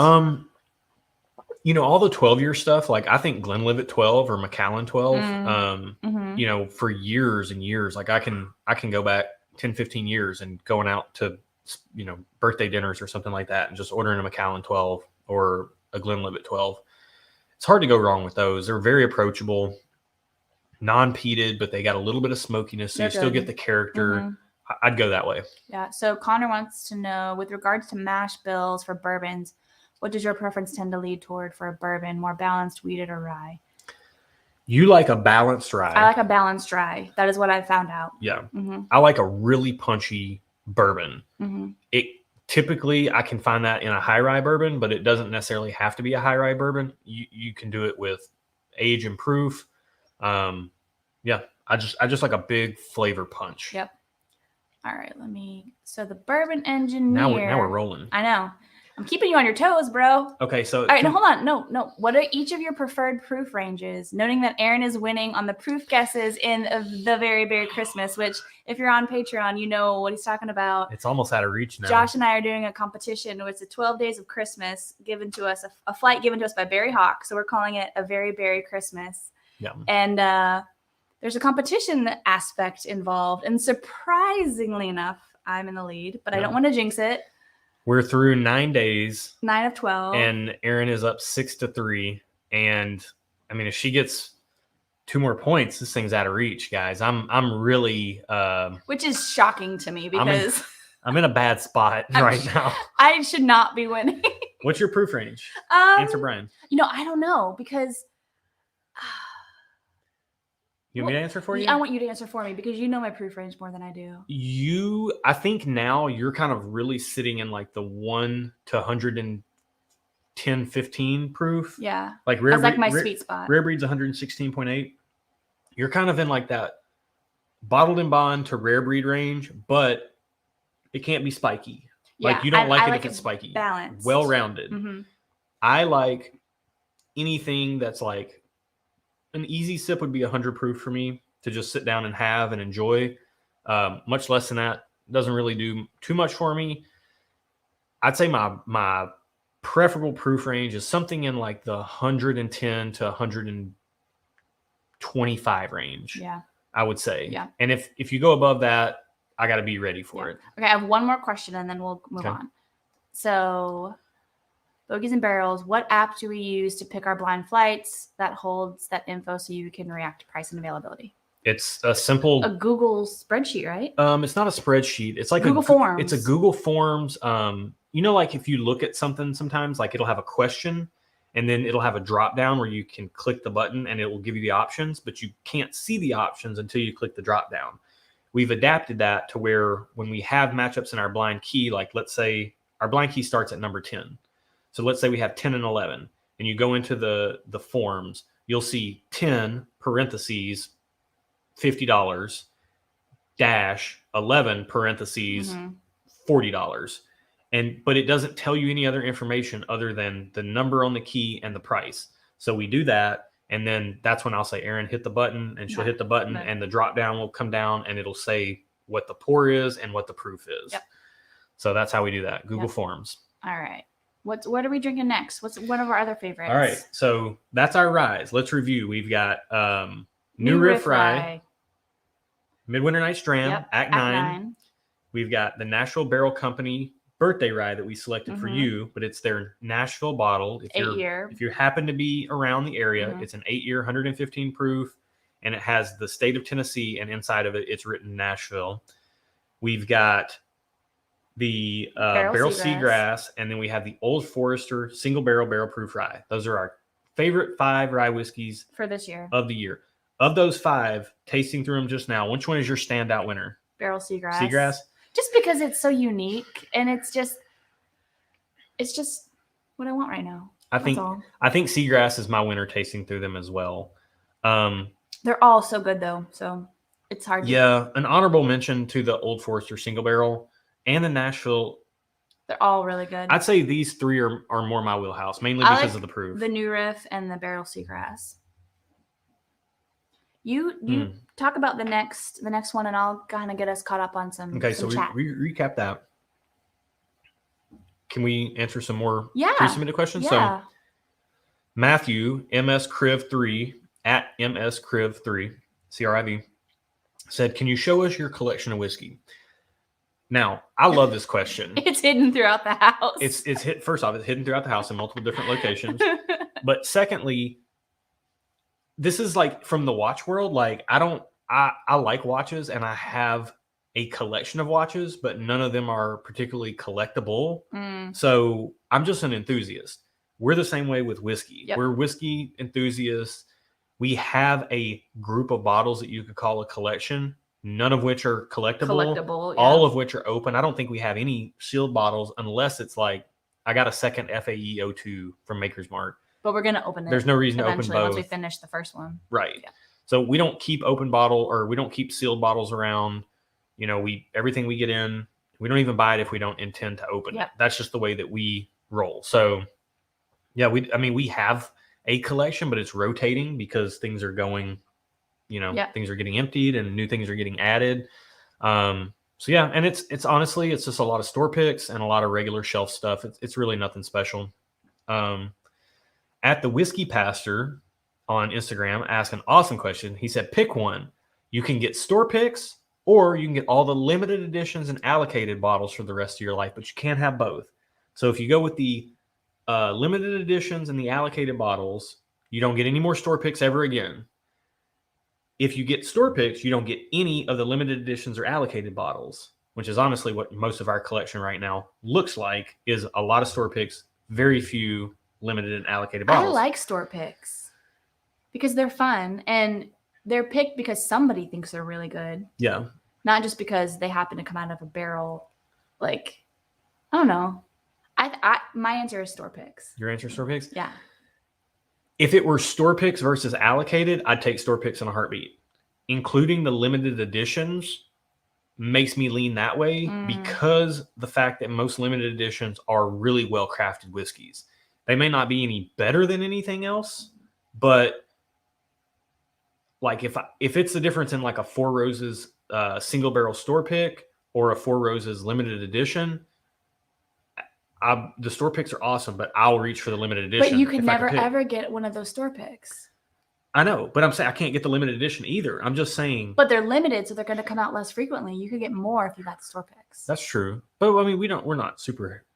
I'm just trying to speak to you. But I can get them. Okay. If this is your answer, I'm sorry. I'm trying to sway you. Theoretically, if I could get them, I would go limited editions. Limited editions, store picks a very close second. Allocated random stuff like E.H. Taylor small batch and Weller special reserve. That would be so far down the list of like even regular shelf stuff. Okay. But the limited editions is what makes that question particularly interesting to me. But other than that, yeah, we love store picks around here. What's the next thing we're drinking? Let's get into our bourbon list now. Yep. And by the way, remember, guys, we have the ticker run across the bottom. For every $5 super chat, gets you entered to win a blind flight that will have some of these pours in it. Not all of them, but some of these pours in it. Not the New Riff Rye, unfortunately, because this is it for us. Well, that one's not going to be in there. But there's 9 other choices. I have a diabolical plan to craft a blind flight for whoever wins this. It's going to be awesome. So let's get into the bourbons that are going to be included. First and foremost, Nashville Barrel Company bourbon, particularly the 5-year bourbons. So we've tried, they have 5-year barrels, 7 and 8 year barrels. Yeah. The 7 and 8 year barrels are very good. The oak comes in a little bit more heavy. It loses a little bit of the sweetness and spice. It gets more well-rounded, which I like, and more earthy. I like. The 5-year bourbons, some of them can still be very well-rounded, but they keep the sweetness intact that I like. And this one right here, this is a 5-year MGP sourced bottle, but I'm telling you guys, like, this thing drinks like it's 7 or 8 years old. It's so good. It is good. I absolutely love it. This was absolutely, no questions asked, one of the favorites bottles of 2021. And shout out to Scott Kading. He got this for us from the gift shop before they were ever even open. Oh, I didn't know that. Then we went, and this gift shop bottle is like, it's legendary. Barrel number 289. I don't even think they have any left. Oh, wow. But it's an awesome bottle. Can I smell it? Yeah, just, oh man. Here. Just super concentrated bourbony sweetness. Question. We were talking about Irish earlier. He said, speaking of Irish, what would you like to try? What would you like to try that you've not tried in the Irish whiskey category? Oh, I mean, I don't know what I don't know. So all of it? Yeah. We've tried the spot lineup. I mean, there's so many Irish whiskeys out there. We don't even know what we don't know. Yeah. I think that's a great way to put it. We tried a peated Irish, West Cork. Kathy Huey gave us a sample of that. That was fantastic. It was like $40 too. Yeah, it was really good. We thought it was a Scotch because I could tell it was peated. So I was like, oh, it's a peated Scotch, but it's a peated Irish. And it was delicious. What do you think about this Nashville Barrel Company? It's good. I like it. Yeah. Sweet. It's got a lot darker flavors. What I noticed with them, again, you can check them out on Instagram. They can they can ship to other states. This comes across much darker than a typical 5-year pick. So they're getting really good picks of barrels at MGP. All right. If you guys have any questions for us, throw them in the chat, and I'll try to star them for later. So yeah, so let us know if you have any questions. Man, what else do we have down so here? That's so dark. It's so butterscotchy. So good. It's not as good as my barrel Seagram. Well, those are two totally different beasts. All right. The Whiskey Passer also had a couple other questions. What do we think of Old 55? That's the one that we had with the bourbon van. Good, solid whiskey. I mean, it didn't blow our hair back, but we really enjoyed it. And he also asked, and I thought this was a great question, what's the best way to get plugged into a bourbon community like Nashville Barrel Company or Nashville Bourbon Social Club, or any community, bourbon community out there? Facebook is how I found Nashville Bourbon Social Club, and I found a lot of other groups in Nashville, none of which had the culture that Nashville Bourbon Social Club did. So, I'd look at Facebook first, try to find groups in your local area. If there's not any, start one. And then you get to set the culture of the people that come into that. I guarantee there's people in the area that you're in that enjoy bourbon, whether you know it or not. So if you can't find a platform, make one, be the change you want to see in the world. But yeah, absolutely. For us, Nashville Bourbon Social Club was like, as soon as we got in there, they're doing barrel picks. They're donating every single bottle that's sold from a barrel pick has money donated to charity. I think they're at some crazy, like over $50,000 for a local Nashville charity that helps kids that are born with disabilities. Like incredible. Like it was a no-brainer as to who, like, it wasn't about trying to get the best bottles or the best barrels. It was about the ethos of the community. And honestly, that was an inspiration for us when we started this channel. We're like, okay, you guys are going to watch, you guys are going to subscribe, you guys are going to tune in. We're going to do some good with it. Yeah. We're going to do some good with it. So and basically Facebook is how you get plugged in. Yeah. That's inspired directly from Nashville Bourbon Social Club. So that's a good question. Let's see. Tim, what did Tim ask? Tim asked, he's on tier 3 now. Can his wife mooch off his Patreon? Yes, she can. Yeah. Yes. You get 2-ounce samples, and it's just we're talking through a flight together. So if you and your wife can share samples, then she can mooch. Yeah, if you want to, if you don't mind her cooties. Yeah. Sometimes I don't like sharing with her, but you got to. Yeah. Sometimes we didn't have enough Glencairns to do this otherwise. Let's see. Let's finish up our whiskey questions here. Dieter Lang, I love this one. He asked, have we ever sauntered or moseyed or maybe even sashayed on down to Leapers Fort Distillery for their tour or tried their product? No, but I will absolutely sashay. You want to sashay down there? Sashay. Okay. Down there someday. We'll sashay down. So silly. I've tried Leapers Fork at one of our local stores. But we've not been to the distillery. We haven't been to the distillery though. And I've actually been close. We should go. I've been really impressed with their products, and I know that Jason C from the Mash and Drum has talked them up quite a bit as well. Yeah. So Leapers Fork is also, I heard Justin Timberlake and Jessica Biel have a house in Leapers Fork. So, I mean, I don't know if that's true, but I'll pretend it is. We could go have whiskey and stalk celebrities, I guess. Yeah, let's do that. Not something we typically do, but. And then David Small had David's in the chat. He had a couple of good questions. He said, everybody tasting a Glen. What's our favorite non-snooty go-to neat glass? I got some rocks glasses from the Goodwill about 7 years ago. Those are my favorite. Yeah. You can actually see them in the video that's coming out this Thursday. The blind head-to-head that's coming out this Thursday between Jim Beam and Jack Daniels. So we have them out. That was a curveball in our blind head-to-head pool. So we ended up using the rocks glasses. But yeah, I mean, it's honestly, we just use Glens most of the time. Yeah, we do. He also asked available craft whiskeys we like besides New Riff and Smoke Wagon. We haven't dabbled in craft a lot, so it's hard to say on that front. Now, the two questions he did ask that I really enjoy: Old Fashioned versus Manhattan. So I've never had a Manhattan, so I'm going to say Old Fashioned because I've had a lot of Old Fashions. She's tried my Manhattans at restaurants. I got to be in the right mood for a Manhattan. I have? Last time we were at Bastion, I had a Manhattan. Oh, I don't remember that. Manhattans are like really hit and miss for me. Old Fashions are almost always a win. They're pretty solid, yeah. Slam dunk Old Fashioned win right there. Yeah. But my favorite bourbon or rye cocktail is a Boulevard AA because I like the bitterness that the Campari introduces. I like, oh my gosh, I'm blanking. The drink you make me all the time that I ask you to make me. Not Boulevardier. The other one with Campari. Oh, but that's not a Negroni. Negroni. That's gin instead of bourbon. So it's not a whiskey drink. Sorry, it's a gin drink, but it's good. And he asked what whiskey channels we watch. What whiskey channels should he add to his repertoire? And he listed some channels off. And those are the ones that he listed were all great, like the Bourbon Van and ADHD Whiskey. Mm-hmm. Whiskey Wimps is a great channel. Gotta watch them. All the big channels. Chad and Sarah at It's Bourbon Night and the Bourbon Junkies, Mm-hmm. and all the big ones. Jason C at Master Drum, Scott at My Bourbon Journey. I was trying to think of ones that he might not know of. That like I would Adriana. I feel like Whiskey Mountain. Yeah, I feel like the algorithm Mountains. is really good. Yeah. At recommending channels that you don't know about in the whiskey tube space, but we really like Adriana's stuff. I mean, you get hiking whiskey. It's very her. Yeah. And we like that.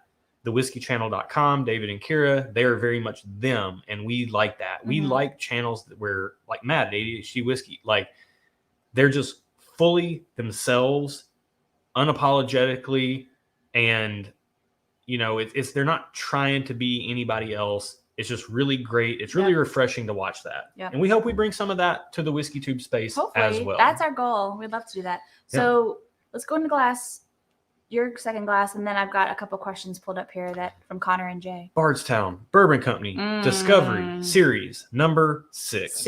Oh, this is the one we tried, and I said it tasted like a raspberry scone or something. Yeah. Yeah, it's good. Yeah, it's really fruit forward. And there's like this pastriness underneath. Yeah. It's so good. It's really hard to get us to spend this much on a bottle anymore. Yeah, it is. Through all of our blind tastings, we found out that we just don't have to spend that much money on a bottle to get something that's good. However, we really like Bardstown Bourbon Company. I like their transparency. I like what they're doing. You took me up there for my birthday last year. We did a tour. We did some barrel thieving.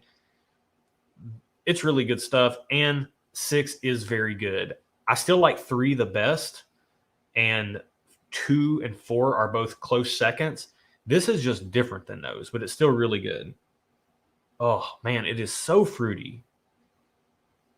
All right. If you guys have a question, if you could put at Stuff and Whiskey up front, so that way it could stand out in the chat for me, because I don't want to miss questions, and I'd feel really bad if I missed your question. So put at Stuff and Whiskey, and then I'll make sure to star the question so we can answer it. Wow.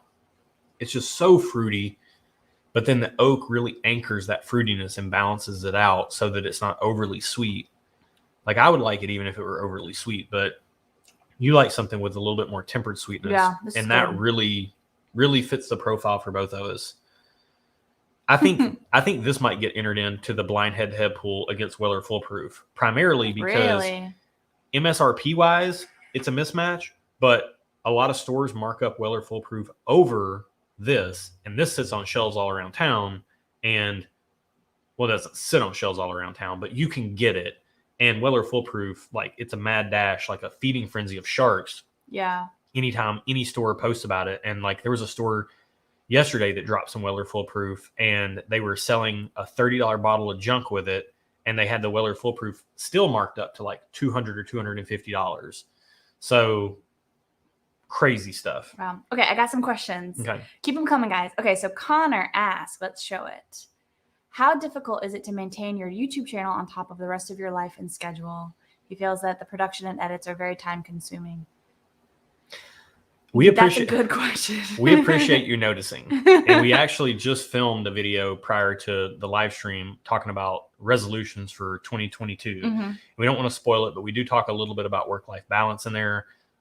We both have full-time jobs, and the channel does take a ton of time, but we've definitely, over the last, since we've been shooting for close to a year now. Because we did some practicing for a couple months before we actually put out our first video. Yeah, our first video came out in late April, and we've tweaked along the way, but we've tightened up the editing process. We've tightened up the recording process.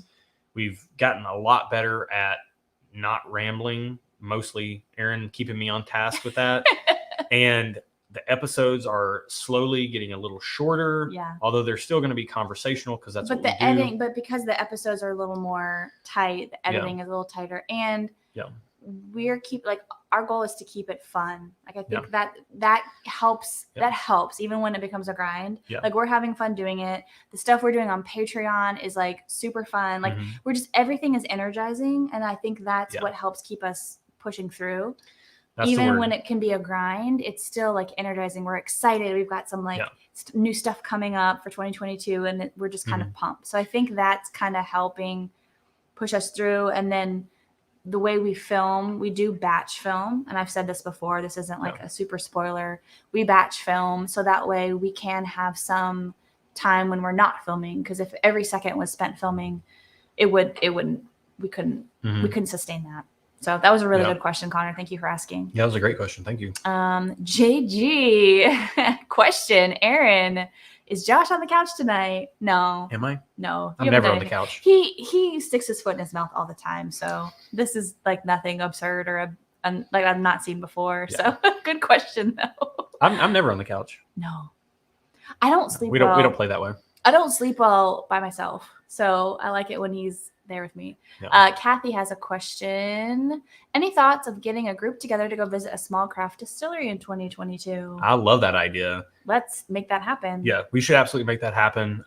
We were just hanging out with Eric David Gunderson yesterday, him and Stephanie, and we were talking about maybe a group field trip down to Elixir, and then like we got some stuff. And I want to go to Willet because I want their egg salad sandwich. Willet, Maker's Mark. We've been talking about group field trips based out of Nashville. So yeah, we would love that. Would be fun. We should make that happen. Scheduling is always to Connor's question. Scheduling is always the toughest part for us. Yeah. The further in advance we can plan things, the better. Yep. Our life tends to book out like months in advance. So. Yep.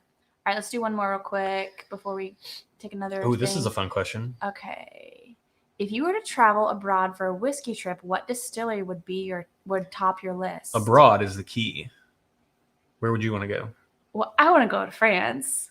I don't think French whiskey is a thing. Well, I want to go to France. You asked me where I want to go.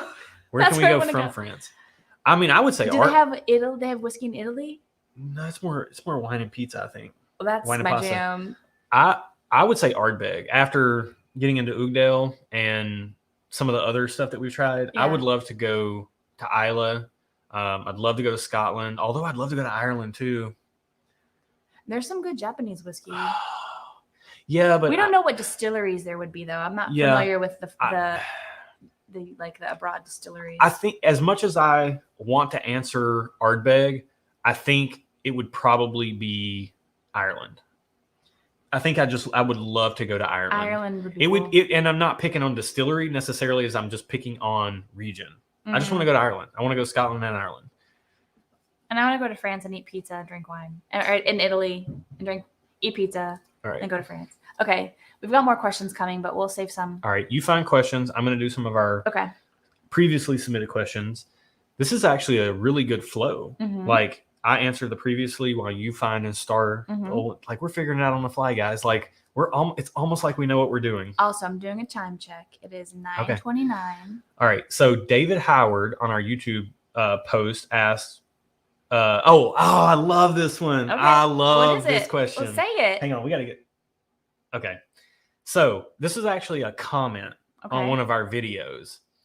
David Howard asked us, he said, we already have a channel called It's Bourbon Night. Why do we need this channel? It's the same. Everyone is a whiskey expert now. We are not whiskey experts. I love this question. Nor do we ever claim to be, because that's far from the truth. Yeah. Chad and Sarah actually know what they're talking about. They actually know. Yeah. We don't. We're just drinking and having fun. Trust their tasting notes. Do not trust ours. We're just having fun. I love that question because it just goes to show you like, the guy posted this, David Howard. I don't know if he's having a bad day or whatever, but nobody. I got this from Kevin Hart and Dwayne "The Rock" Johnson. They talk about how people leave disparaging comments on their work, and nobody is leaving disparaging comments unless they're just bitter or angry or having a bad day or something like that. Like, put good out into the world. There's enough negativity. And that's what we try to do. Like, we're just trying to put good out and have fun and provide content for you. Yeah, and have fun with you guys. Yeah. So there's enough negativity out there. We don't need more comments like this. Like, if David spent the time that it took him to leave that comment to go leave a positive comment on somebody's something or another, like he could have made somebody's day. And instead, you know, it didn't even bother me. I just laughed at it because I'm like, we're not experts. It bothered me, but I get my feelings hurt. So we actually say that right in every episode. Yeah, we're not professional whiskey tasters. If you watch any of our head-to-heads, Josh says it every episode. We're not professional whiskey tasters, but what we're gonna do is blah blah blah. All right. So let's get to Catlin's question. So Catlin, who was on our November live stream with us, she asked what your favorite part of doing this channel together is. Ladies first. What's your favorite part of doing this channel with me? Well, I get to hang out with you because otherwise I don't know if I'd get to hang out with you as much because we'd be like doing our own thing. Yeah. I would say my favorite part of the channel is having a partner that I can do a creative project with. Yeah. Like this channel started as a creative project, and I got distracted by JG's comment because they say they're not experts, they're aficionados, it's bourbon night, but they actually do know what they're talking about. They know what they're talking about, yeah. We don't. So that's the difference. I never will, and I will never claim to. Josh might, but I will never claim. I won't. Yeah. I'm just telling you now. But I'm just going to have fun drinking it, but I won't know what I'm talking about. Yeah. But like my favorite thing is because all my creative endeavors have always been solo. I've never really had anybody to share those with, at least a partner. Like I love getting plugged into the photography community or this community or that community. But I've not been able to share that with a partner. So to be able to do that with Erin has been so much fun. Yeah. And it honestly, like the channel is so much better for it. Like this channel would be absolute garbage if it was only me. Well, it would be garbage if it was only me. It wouldn't even exist because again, I don't know what I'm talking about. And it's, shout out to all the channels out there that do it solo because I could not imagine. Like Matt. Yeah. Like it's terrifying to sit down in front of the camera and just stare at it and talk. It is. So that's why I look at her so much during the videos because it feels. And people comment on him looking at me too much, but it's like a comfort thing. Yeah. Like to look at you so I don't have to look at a camera because it's a little weird looking at a camera. Yeah. All right. Let's get into our third. Get into the third one, and I've got some questions that people have been asking.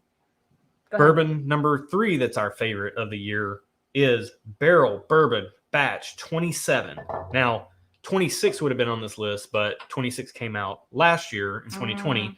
27 came out in 2021. We've also got all the way up to, I think, 31 now. And we haven't had 29 through 31, but we have 27 and 28. And 27 is so good. It's 5-year age stated because it's got some young whiskey in it, but it's also got some very old whiskey in it. It's got some weeded whiskey in it. This stuff is so good. Honestly, people aren't going to like me saying this, but I have blinded barrel against Bardstown Discovery quite a few times, and Bardstown has yet to win. Really? Yeah. Very interesting. Yeah. It's barrel, bourbon, and seagrass.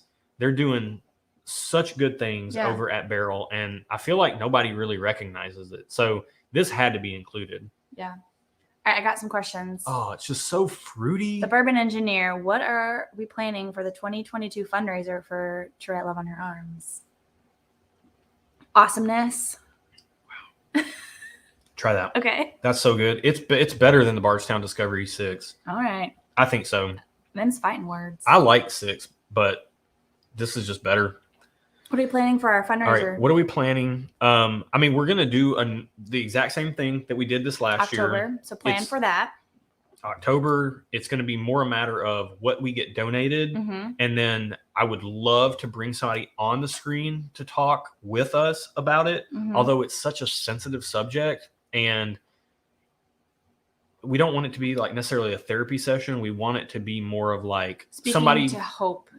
Right. Help that you can get. So we need somebody that can come on that can speak to a healthy space in mental health, because we really want to use it as a platform to raise money for To Write Love on Her Arms and to inspire people and to just open up the conversation about mental health. So we just want to keep it going.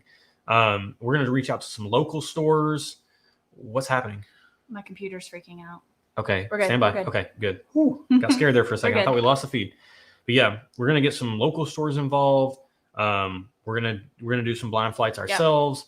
It's gonna be a ton of fun. We're looking forward to it. So we are. Anybody that's interested in being a part of the fundraiser as far as donating bottles go, hang on to them. Email us at stuffandwhiskey, and that's in the video description below as well. Just hang on to those bottles, and we will work that out over the course of the year. All right, we got another one from Nathan. Erin, why so much stinky feet? I don't know. I don't know what that is. When I say stinky feet, I don't know what that is that I'm smelling. Yeah. So I don't know. I'm sorry. I think it's like something with the barrel char and the oak and the funk of some whiskeys. It's a funk of some kind. Like a wild turkey funk. But it's not off-putting. Or a weeded funk. It's just what it reminds me of. Yeah. And then Josh, first bourbon you tasted. Do you remember? I think really early on I had like some Jim Beam and Diet Pepsi. Like I can remember the apartment. I can visualize the apartment I was in. And I can remember pouring Jim Beam and Diet Pepsi in a thing together at college at Western Kentucky, Bowling Green. I think that was the very first. All right. Yeah. There you go. All right. Let's see. We got David asks, any thoughts of doing some Kentucky Bourbon Trail content down the road? You know, I've not thought about that. We've gone up there. It would be cool to go up there and do some stuff. At the same time, like if we go up there, we kind of like want to enjoy the experience and not be toting a camera around and doing some filming. Yeah. I've actually taken the camera on a couple of barrel picks I've gone on with local stores or with National Bourbon Social Club. I haven't done anything with the footage yet, but you know, maybe we'll do something in that regard. Yep. You can do a vlog style. Yeah. All right. Viking Bourbon says, my wife loves your countertop. Is it marble or granite? It's granite. This is granite. This is granite. And this is everything that's cool in this house was from the previous owner. Yes. So we can't take any credit. Had incredible style, and we just get to live in this house now. Exactly. Yeah. We bought it. So yeah. Yeah. All right. Why don't you go to the next one and I'll look at some more questions. Anyone else have any questions? I'm going to scroll up in the chat. If I missed your question, say it again. Sorry. My computer's freaking out again. No, not the computer freaking out again. It's fine. Hopefully it doesn't affect the feed. So next up is going to be Smoke Wagon Private Barrel. This is Beginner's Luck Warehouse WC5 8-year MGP sourced. So really, really good bottle at its price point. That's weird. Josh, you just keep talking. My computer's freaking out, guys. I'm sorry. in lieu of this, you could substitute Smoke Wagon Uncut Unfiltered. It's not the best bourbons. I kept slipping and calling this our top whiskeys. But these aren't our top. These are our favorite. Smoke Wagon makes me happy. I like Erin. I like his social media presence. I like how he doesn't take any of this too seriously. Yeah. This happens to be fantastic. The Uncut Unfiltered happens to be fantastic. Is it the best bourbon out there? Absolutely not. Would I prefer it being $10 or $15 cheaper? I absolutely would. However, it makes me happy. So this had to be included. Yeah. And it's really this thing is like just tons of cherries right on the nose and the palate. Oh, it's so good. It's spicy and spiky, which I like. You like spicy and spiky. I don't like spiky. I like spicy if it's not spiky. That's like a tongue twister. Try that. All right. Here we have a question. Oh man, it's so cherry. Hold on. Do you want to answer this one? Cherry Dieter Lang asks, have we had anything from ASW Distillery out of Georgia? We have not.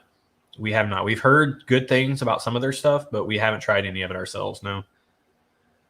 Oh, it's so good. The spice just lingers. Someone says our picture is getting fuzzy. I'm sorry, guys.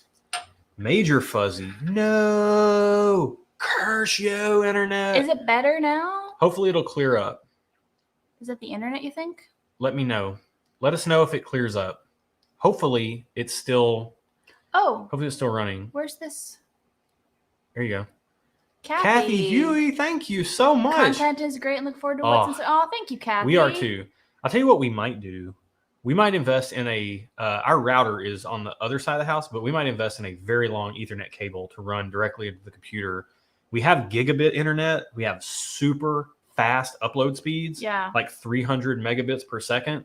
We shouldn't be lagging at all. They're saying it's good now. So it might just be interference or something. And Tim, I see your comment. He says, have your family pick up some seagrass from the store. Perfect. Tim, we got you. We had some questions on the personal front from Chris at Bourbon of the Week. So he asked on Instagram at Bourbon of the Week, but he has a channel called Bourbon of the Week, which is definitely a channel that David Small should check out, and anybody else. I talk fast sometimes, but it's kind of incoherent. And Chris, he just talks and it is coherent.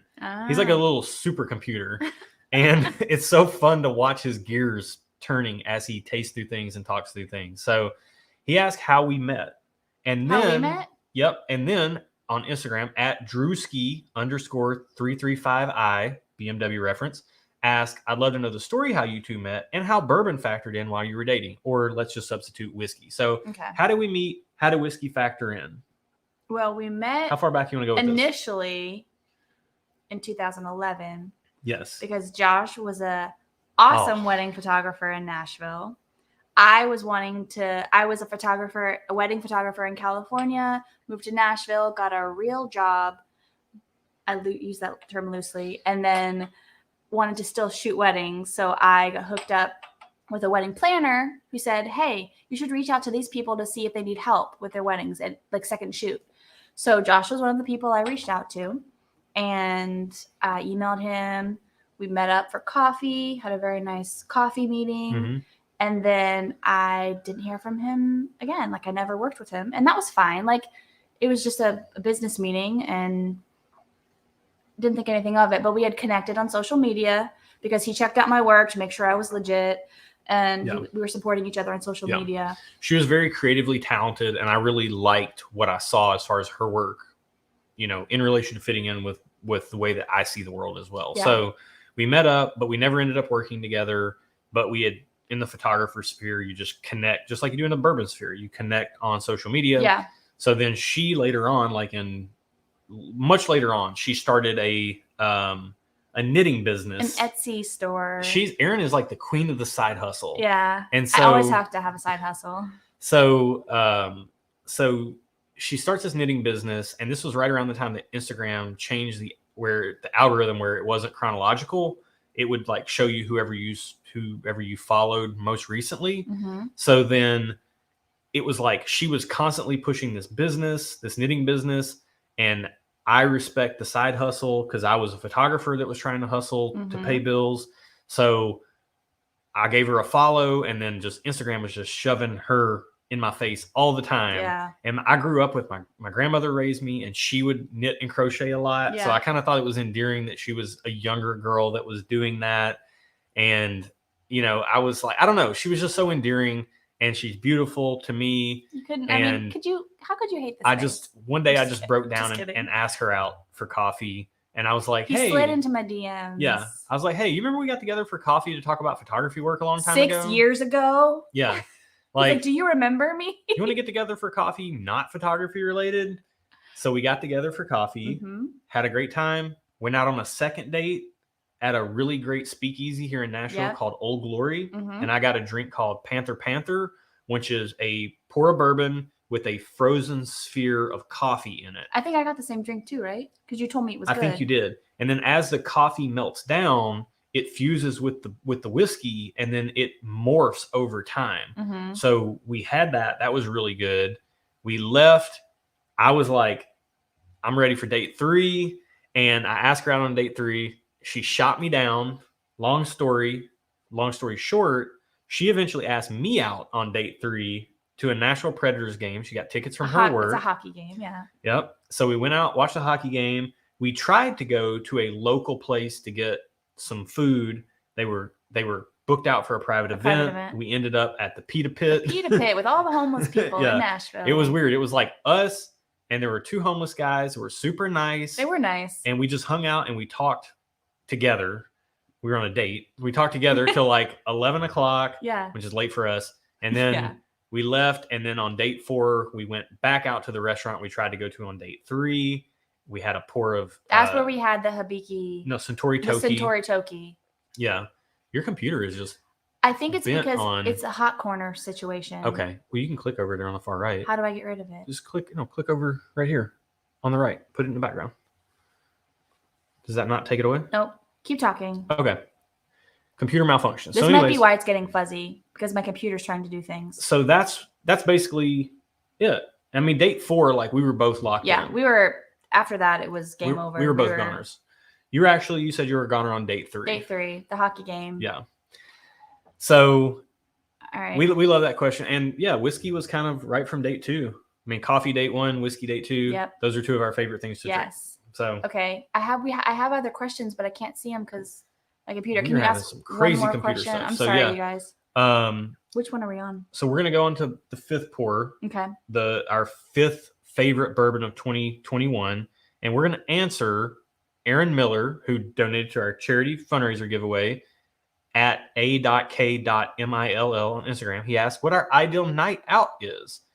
What are we eating? Where are we eating? What are we drinking? Where are we headed afterwards? And then crossover question, which watch am I wearing? I'd be wearing the Date Just, which I have on right now. This is a birth year Date Just, 1981, from Aaron's birth year. It was a wedding gift I got him. So it's a wedding gift she got me, and it's inscribed on the back. And it's a very special watch. It's a Date Just. It's my date watch. So when we go out, I always wear this. And we'll get into the rest of the question as we get into our 5th pour, our 5th favorite bourbon of 2021, which is Stag Junior Batch 17. We didn't get Batch 16. Everything I heard says that it leans kind of like Batch 14, which was not our favorite Stag Junior batch. Batch 17 is much more in at least my wheelhouse.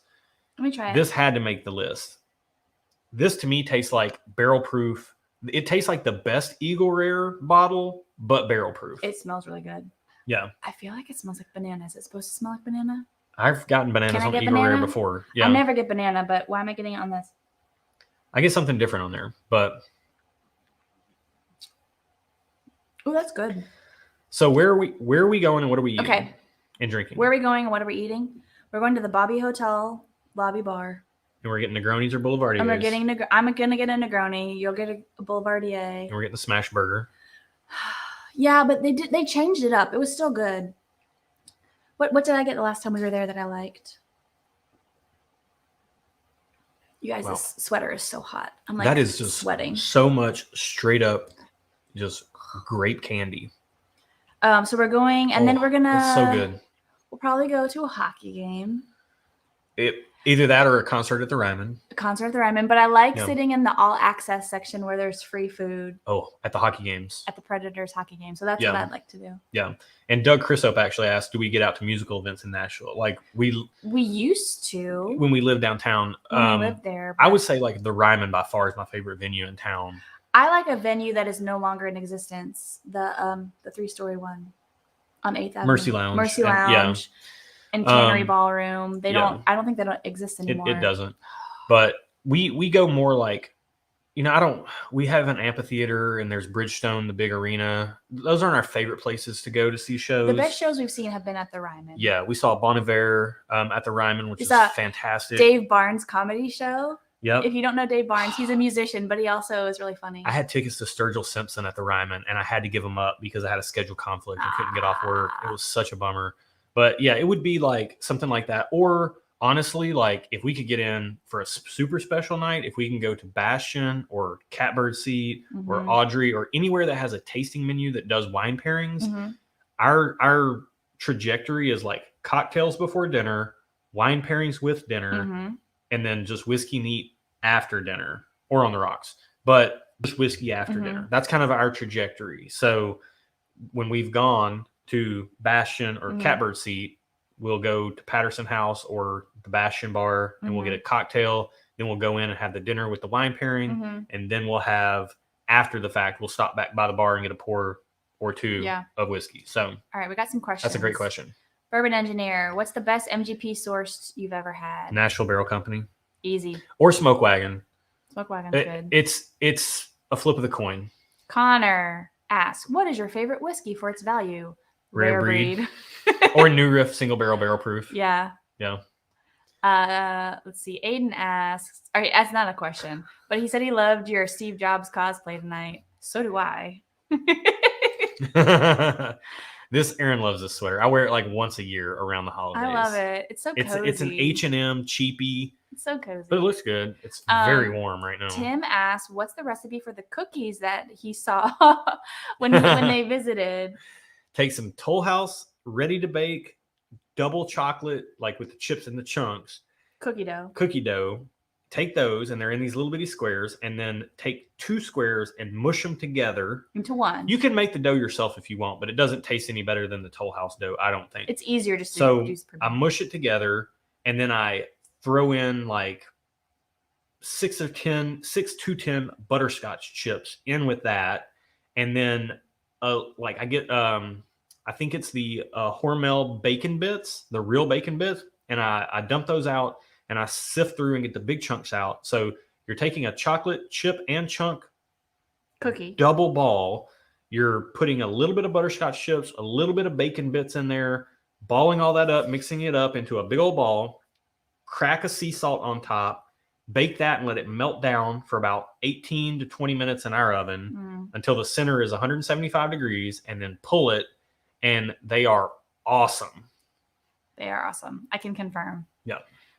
Okay, so hold on. We have a few questions. All right, while you're doing that, let me catch up here. Okay. By the way, Stag Junior Batch 17 is like I said, it's like the best Eagle Rare bottle except barrel proof. It's just tons of grape. I see where you're going with the banana, but like it's that kind of like purple pink grape, like runts, or I'm not runts, nerds. Yeah, and just barrel proof with that Mike spice. asked if the blind flight can be shipped outside of Tennessee. It will be hand delivered. Delivered outside of Tennessee in the continental United States. Yes. Let's see here. Do we still do photography? Tunes21 asks. Just for fun. Just for fun. Not professionally. Yeah. I think I shot my last wedding in like 2016 or 2015 maybe, at this art gallery in Chattanooga, and then I thought about rebooting the business. Well, when we started dating, you got really excited about like love again. Yeah, and he was like going to reboot his business. And then he was like, I don't really want to do that. Yeah. I was like, I could just That's a lot of work. I could just work an extra day at my day job and not have all the hassle of doing this. Yep. So, the bourbon engineer said, and hang on, time out. I love doing wedding photography, but it's just a lot of work. It's a lot of work. It's a lot of work. And I'm a perfectionist, and I was always super critical of my own work. Yeah. And like doing that for somebody's wedding day, like I never had anybody complain. Everybody always loved their photos, and I love the couples that I got to work with. But I was just, I had so much stress, worried about people not liking their photos or potentially not doing as good of a job as they wanted. And like, I had to lay that stress aside. Even though I loved all the good aspects, there was some parts of it, and I was a really unkind boss to myself. Yeah. Brian pointed out. Hey, can I just say real quick? This is in the blind flight for giveaway tonight. You will be getting a sample of Stag Junior Batch 17. I'm not going to tell you what else is in there, but this will for sure be in there, and you will for sure know the New Riff single barrel proof rye is not in there because we don't have any more of it. We got to get another bottle. So the Ryman is a good place for concerts. Brian said Mercy Lounge, which no longer exists. Josh told me. And Third and Lindsley, that's a good one. I forgot about Third and Lindsley. I saw Matthew Perryman Jones there. He's like this moody. I was in a little melancholy music phase. He was so good though.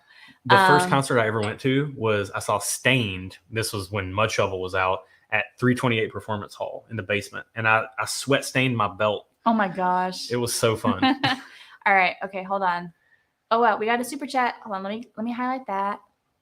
Where'd it go? And then cheers, Mike. Thank you so much, he man. has a question. What's your favorite holiday movie? Elf. Elf is up there, but I also like the movie The Holiday. The one with Cameron Diaz and Jack Black and the lady from Titanic, Kate Winslet. I don't remember details of that one. It's a good one. It's Elf for me, open and shut. We had some other questions up above. Hold on. Okay, as you're getting to those. Oh, Lionel asked, what is being hand delivered? So Lionel, if you see the ticker below, every $5 you donate in the super chat gets entered into a giveaway for a flight, which is going to be any one of our favorite whiskeys from this year. Yeah. John White, he said he's late. Can we start over? Yeah, we'll just start over. Yeah. Oh my gosh, I gotta go to bed soon, guys. Okay, hold on. Let me get up here. Make sure I don't miss anything. As you're looking, star questions. I'm going to answer. Okay. Look, Brian and Matt at the Whiskey Wimps have waited long enough for this question to They be have. answered. They might not even be on here anymore. They might not. But at Whiskey Wimps, which is a fantastic from Instagram, but also fantastic On channel, YouTube, the yep. Whiskey Wimps. It's Brian and Matt. They ask which Whiskey Wimp is our favorite, and I don't want to speak for you, but I mean, I think the obvious answer here is Hillary. Yeah. I mean, I'm gonna say Hillary. We have a good question from Joe. What are our day jobs? Yours is much more interesting than mine. Not really. I am in marketing for a company based out of Texas. So I do content marketing, so writing. I'm basically a writer. In the healthcare sector. In the healthcare sector. It's a company based out of Texas that's in the healthcare sector, occupational healthcare sector, and I work from home. Mm-hmm. Yeah, doing that. Yep. And I work for UPS. I kind of had it as my part-time gig all through college, and then I hung on to it as I was doing other various odds and ends, and then being a professional photographer for a long time to keep that insurance. And then I think back in like 2013, I went full-time, and now I do tractor trailer driving. I go back and forth to Louisville from Nashville every day, but it's Memphis, Louisville, Knoxville, Chattanooga, back and forth. Just drive out and back every day. I love it. I get to listen to podcasts and keep up with Whiskey Tube. I listen to Whiskey Tube in the background. Yeah. It's a lot of fun. Eric asked what bottles does he need to offer to get the bread and spaghetti bolognese recipe. So we just had Eric and his wife over for dinner last night. Yeah. And Josh made a killer spaghetti bolognese. Yeah. Josh is a very good cook. We got you, Eric. This. You don't have to give us anything. You're good. We'll get you. So on the photography thing, at Texas Whiskey Plus on Instagram, texas.whiskey.plus with no E in whiskey, asked if we were offered a position as an in-house photographer for a large distillery, would we take it? I would not. No. I like having, I guess I like keeping it fun, keeping it a hobby. When I start getting paid for photography, for me, it becomes work and it's not fun. Yeah. And even this channel does make some money from YouTube ad revenue and from the Patreon platform, but we're just pushing that back in. We're using it to have fun with the community because that's what we want to do. And if it ever became a job, personally speaking, I would start taking it way too seriously. You would. And it wouldn't be fun anymore. You would, because you have that tendency. And I told Josh early on, I said, when this stops being fun, I'm done. I'm not in it if it's not fun. Yeah. So I was very clear about that up front. So you want to have fun, and I need to not have it be the main thing in photography, whatever. Yeah, I need my side things to be fun side things, and then I need my main job to be my main job. I've learned that about myself over the years. So, yeah. We got two questions coming up. First, let's get the one with the spaghetti bolognese. What was the wine choice for the spaghetti bolognese? So this ties into Greg Johnson's question. Okay. Our friend, local Nashville Bourbon Social Club member, patron, all of the above, early supporter of the channel. He asked what our favorite bottle of wine under $50 is. So this was included in the sauce. Typically, we like to use this very specific Barbera wine from Italy called Villa Sparigna. But we were out of it. And it's like an $18 bottle at our local store. Not very expensive, but really good. Italian red blend. It's great. However, we were out of that. I would definitely put Villa Sparigna Barbera in there. The other bottle that I would put in there is, I think this is more widely distributed. It's the Juggernaut Cab from, it's a Hillside Cab, whatever that means. California Cabernet. Yeah. 14.5%. You could club somebody with this bottle. It's heavy. It weighs as much as full bottles weigh when it's empty. We got a little bit left, but we use this in the spaghetti sauce. And I will say, as a tag onto that, is we went on your birthday trip, and we were going down to the British Virgin Islands, and we were coming back through San Juan, Puerto Rico. We went to Old San Juan. We went to this great restaurant called Marmalade, and they had this wine that was finished for 20 months in French oak. And it tasted like the best cab blend you've ever had, but also finished in like a Weller or a Maker's Mark weeded whiskey barrel. It was so good.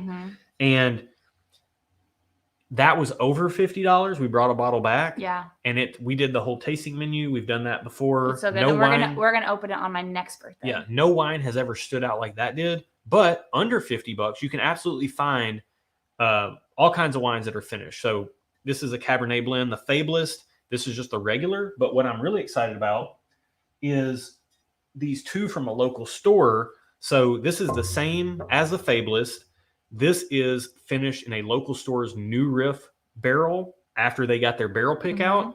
And then this is finished in their Weller Foolproof pick from last year that after they got the barrel, they sent it out to Paso Robles in California, and they finished their Cabernet blend in this. Super excited about these bourbon and whiskey finished barreled. Yeah. And these are both like $25 a piece. Yeah. So super excited about those. Also, we have a couple questions, but I have to ask you a question. Do you have your chapstick on you? I do have my chapstick on me. Thank you. Okay. Tim asked how we deal with anxiety and stress. How do you deal with it? I have started going dissociate. Well, my go-to is I just shut down, and I know that's not good. So I have started going on walks, and I organize. Yeah. Like for me, if I can organize something in my life, if everything else seems chaotic, then that gives me like the mental space to kind of think about what else is going on in a way where when it seems overwhelming, I just need to organize something, and then I can have the space to think about and process what else I'm going through. So that's for me. Yeah. I would say for me, oftentimes it's honestly just taking a deep breath and stopping what I'm doing and slowing down and getting some perspective.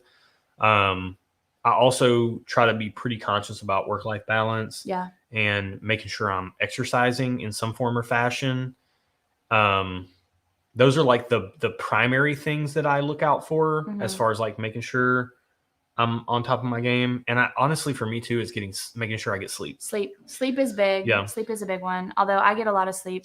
But honestly, it's just breathe. I hold a lot of tension in my body. Like we often can't hold hands because I start squeezing really hard, and I have to let go. Yeah. So a lot of times it's just like taking a deep breath and just consciously releasing it. Yeah. So that's what's working for us right now. Inexperienced whiskey new guy. Barry Hawk, what's up, man? We were talking about you earlier, man. Welcome. He's late. He had to go to family function. You're excused. Hey, family first always. What's Josh? What's your top unicorn bottle? You don't know it yet, but I think your top unicorn bottle is a Dusty Turkey bottle. Oh, is it? Yeah. Okay. Birth Year Turkey. My top unicorn bottle, I mean, the best whiskey I've ever had is Booker's Rye. So I would love to have a Booker's Rye. Outside of that would be King of Kentucky, any King of Kentucky, and then outside of that would be Dusty Turkey. Yeah. All right. We got a couple more minutes before I crash and burn. Let me hold on. You have some other questions. I will pull up a few more. If you guys have any last minute questions, this is the last call for questions. Put at Stuff and Whiskey or question, so that way I know that it's a question and I can easily pick it out in the chat. I think we answered Jason Casarella at Glenn Plaid JC. When we're not drinking whiskey, what do we like? Wine. We just said wine pairings with dinner are great, and cocktails or like Negronis and Boulevardiers. Boulevardiers, and old fashions are kind of our go-tos. Barrel age history. I wanted to get to this question. I want to get to Robert's question as well. I'll start that one. Barrel age history asks, who trims Josh's beard? Okay, this was almost going to be like a gift guide idea. Many years back, I got into the nerdy hobby of what's called like traditional wet shaving, which sounds very weird when you talk about it. It does sound weird. I got into it. I ordered a double edge Merkur 39C double edge safety razor. And I've gotten a bunch of different other razors over the years, but this is very inexpensive. I got some Pro Razzo soap and like a boar's head brush or boar's hair brush. And this thing still does work. However, now I've kind of upgraded the arsenal and I got into vintage razors. So I have like some razors from the 1940s and 50s, like these old Gillette Rangers and Super Speed flare tips. So love these. But what I use most often is a handmade above the tie Atlas R1 made in Tennessee. This is local. You're like saying a lot of words, but they're not registering. So this thing is amazing. Like the knurling, the double edge. And I use Persona Med Prep blades. I really like those blades a lot. And feather are pretty good too. I also, brush wise, I just keep up with this myself. I typically use like a Edwin Yeager synthetic silver tip. I've tried like Badger, Boar, all the things, Simpson brushes. I really like these Edwin Yeager, and these are pretty much all I use. And then I also have some custom made. Thank you, Dieter. Thanks, Dieter. Man. Yeah. Get on that giveaway. So I have a custom made Plisson. It's a Plisson knot, a synthetic knot. I just like synthetic. And then it's like this super nice custom turned handle, and it's got my little Alabama Crimson Tide. My mom's family's from North Alabama, and I was raised on North Alabama football. OH. You got to, Eddie's, we have to. I started. I got it. Okay. I'm taking questions, last call for questions while Josh is speaking, and when he's done speaking, which could be tomorrow, we'll answer the questions. I love this. Soap wise, I mainly use Katie's Bubbles. This is La Piment de la Vie. Ooh, is the this spice the one of life? Hold on, let me smell it. Oh, so that does smell good. This is in the wet shaving community. This guy, Katie, is this guy's daughter, and he started making this soap line, hand making soap himself, and selling it on community shaving groups because his daughter had some medical issues, and he started making soaps and selling them to fund his daughter's treatment and recovery. Mm-hmm. So I bought a ton of Katie's Bubble soaps, and they are fantastic. However, fine accoutrements, this is like a typical barbershop scent, but they're great. And then for like more of a classic, Taylor of Old Bond Street, I love their stuff as well. So I use soaps and creams from those people primarily.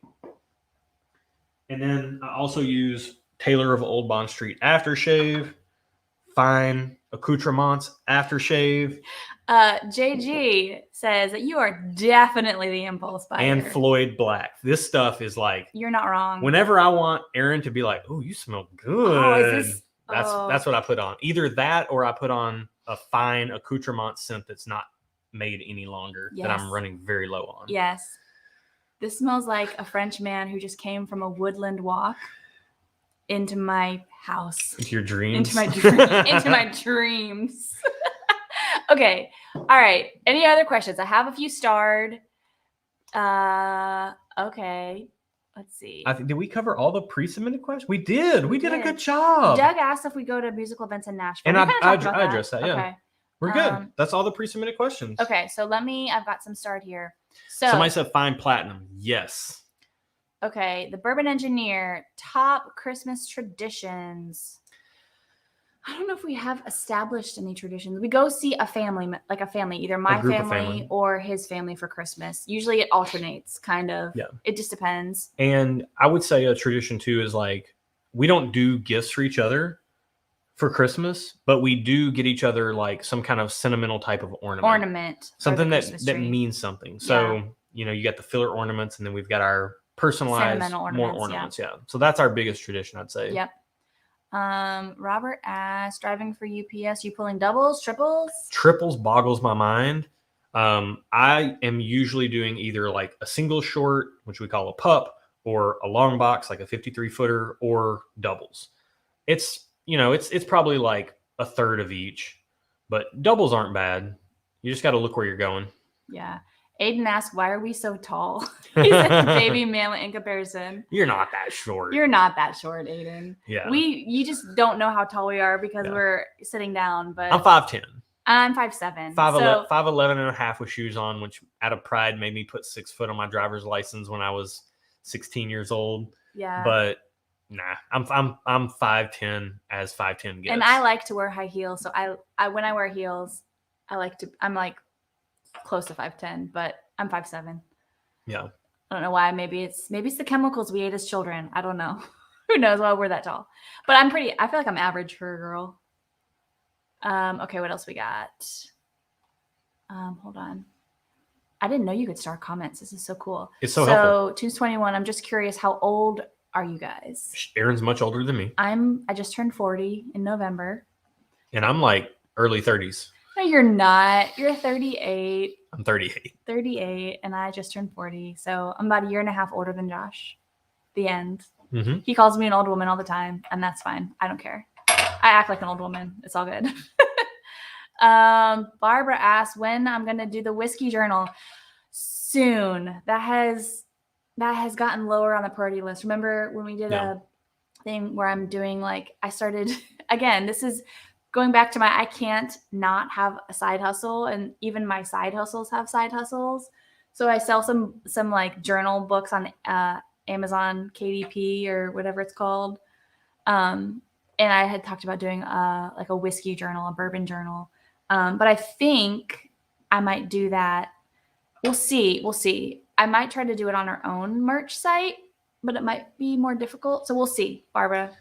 We'll let you know. Yeah. It might be on Amazon or it might be on our own merch site. Who knows? Yeah. Eddie asked, Old Forester 1920 or Old Granddad 114?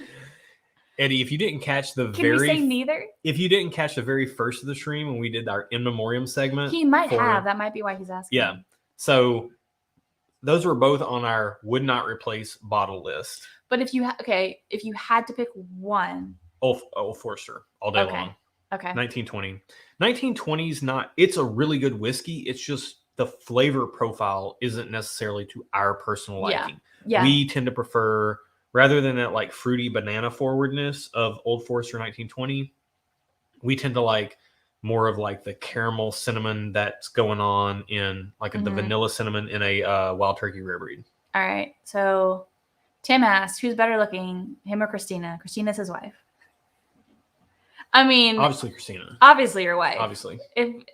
Come on, dude. That's a loaded question. Come on. All right. I think that's it. Let me get back to the actual chat. Real quick, you said Barrel Seagrass was the best of this bunch. Mm-hmm. I agree.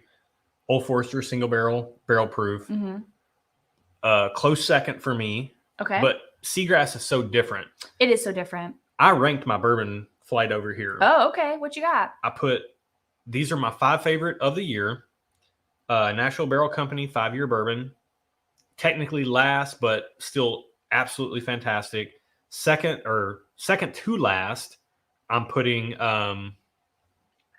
Bardstown Discovery 6.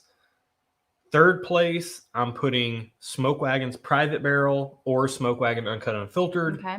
And then almost like T1 and T2 are like tied for first is Stag Junior Batch 17 and Barrel Bourbon Batch 27. And I know that sounds crazy, but you guys keep on sleeping on Barrel. Please keep doing that because I want to be able to go buy it. I really want to be able to go and buy. And Dusty, another whiskey channel for David Small, if he's in here, Dusty Dan's Whiskey Reviews. He is going off on how good Barrel is doing on their batch, particularly their bourbon barrel batches. Yeah. They're so good. Okay, so we got one more question. Cool 62 Chev, tune in when you were you're partway through the shaving stuff. Do you use a straight razor? Yeah, I have used a straight razor. I don't enjoy it. I can and have from time to time, but I kind of just stopped. Right now, I sold all my other straight razors. I have a gold dollar that's been sharpened up really nicely. I had a couple of really nice ones. I can't remember. I had some vintage ones. I can't remember what brands they were. It's been so long. Okay. Well, I think that's it. Guys. We need to make sure we talk about the people who gave to the super chats. Yes. So we want to address that before we get off here. It's past our bedtime. Yes. So what we didn't realize, but YouTube on the back end will show us a list of all the super chats for the live stream. And we can look at that list and we have a spreadsheet and we put it in and it's however many multiples of 5 that you have. So if you donated a super chat, if you gave a super chat tonight, we'll put that in a spreadsheet. We'll do it tomorrow. If you gave 10, you'll get 2 entries. If you gave 20, you'll get 4 entries. We'll put all that in. We'll run a randomizer. We'll probably have you film it. Head over to our Instagram channel. We're not trying to grow our Instagram. We're not trying to grow anything for that matter. We're just trying to have fun. But head over to our Instagram and we'll actually show you guys us running the randomizer and selecting a winner, showing what the numbers are. So we're going to select one winner for the blind flight that is going to be our favorite whiskeys of 2021. That's also going to include Stag Junior Batch 17. That will be one of them. And some other stuff. And some other things. So that's going to be in there. And then if it hasn't sold out, we're going to offer up the ability for one person to get a sneak peek, a guest pass into our blind flight night for Patreon. So we're gonna have one of those coming up. Be on the lookout for that. If you're the runner up, it's hardly a runner. It's hardly a consolation prize. Yeah. So because you will also be sent a flight as well. So it's not a runner up thing. And you get to participate in a blind flight with us. And other people. And now we've learned so much in 2021. Doing this whiskey channel with you guys and being part of this community. It's been incredible. I feel like we have ironed out so many kinks. We've tightened up so many things over the course of the year, and we are ready to hit the ground running in 2022. Yeah, we are. Our goal is not growth. Our goal is just to have fun. But our goal is to build the community. Yeah. Because that's where we have fun, is talking to you guys, hanging out with you guys, and meeting you. Yeah. Like we've gotten to meet some of you, like Aiden and Tim and Eric. And the people we've gotten to meet has been awesome. Yeah. So we'll give you guys a sneak peek here. Okay. So by the way, check the video description below for the link to the fundraiser, Nashville Bourbon Social Club. I know a lot of you guys aren't from Nashville. You're not involved, but this is directly helping a family in Kentucky that is close to one of our members. If you want to help, even $10, just donate $10. Even $5 will help. Anything helps. Like if 100 people donate $10, then you got $1,000. Like, every little bit helps this family rebuild their life after the tornadoes in Kentucky. Yep, check that out. But down there in the description too, you can see our Patreon link. You can see what we're doing over there. That's a ton of fun.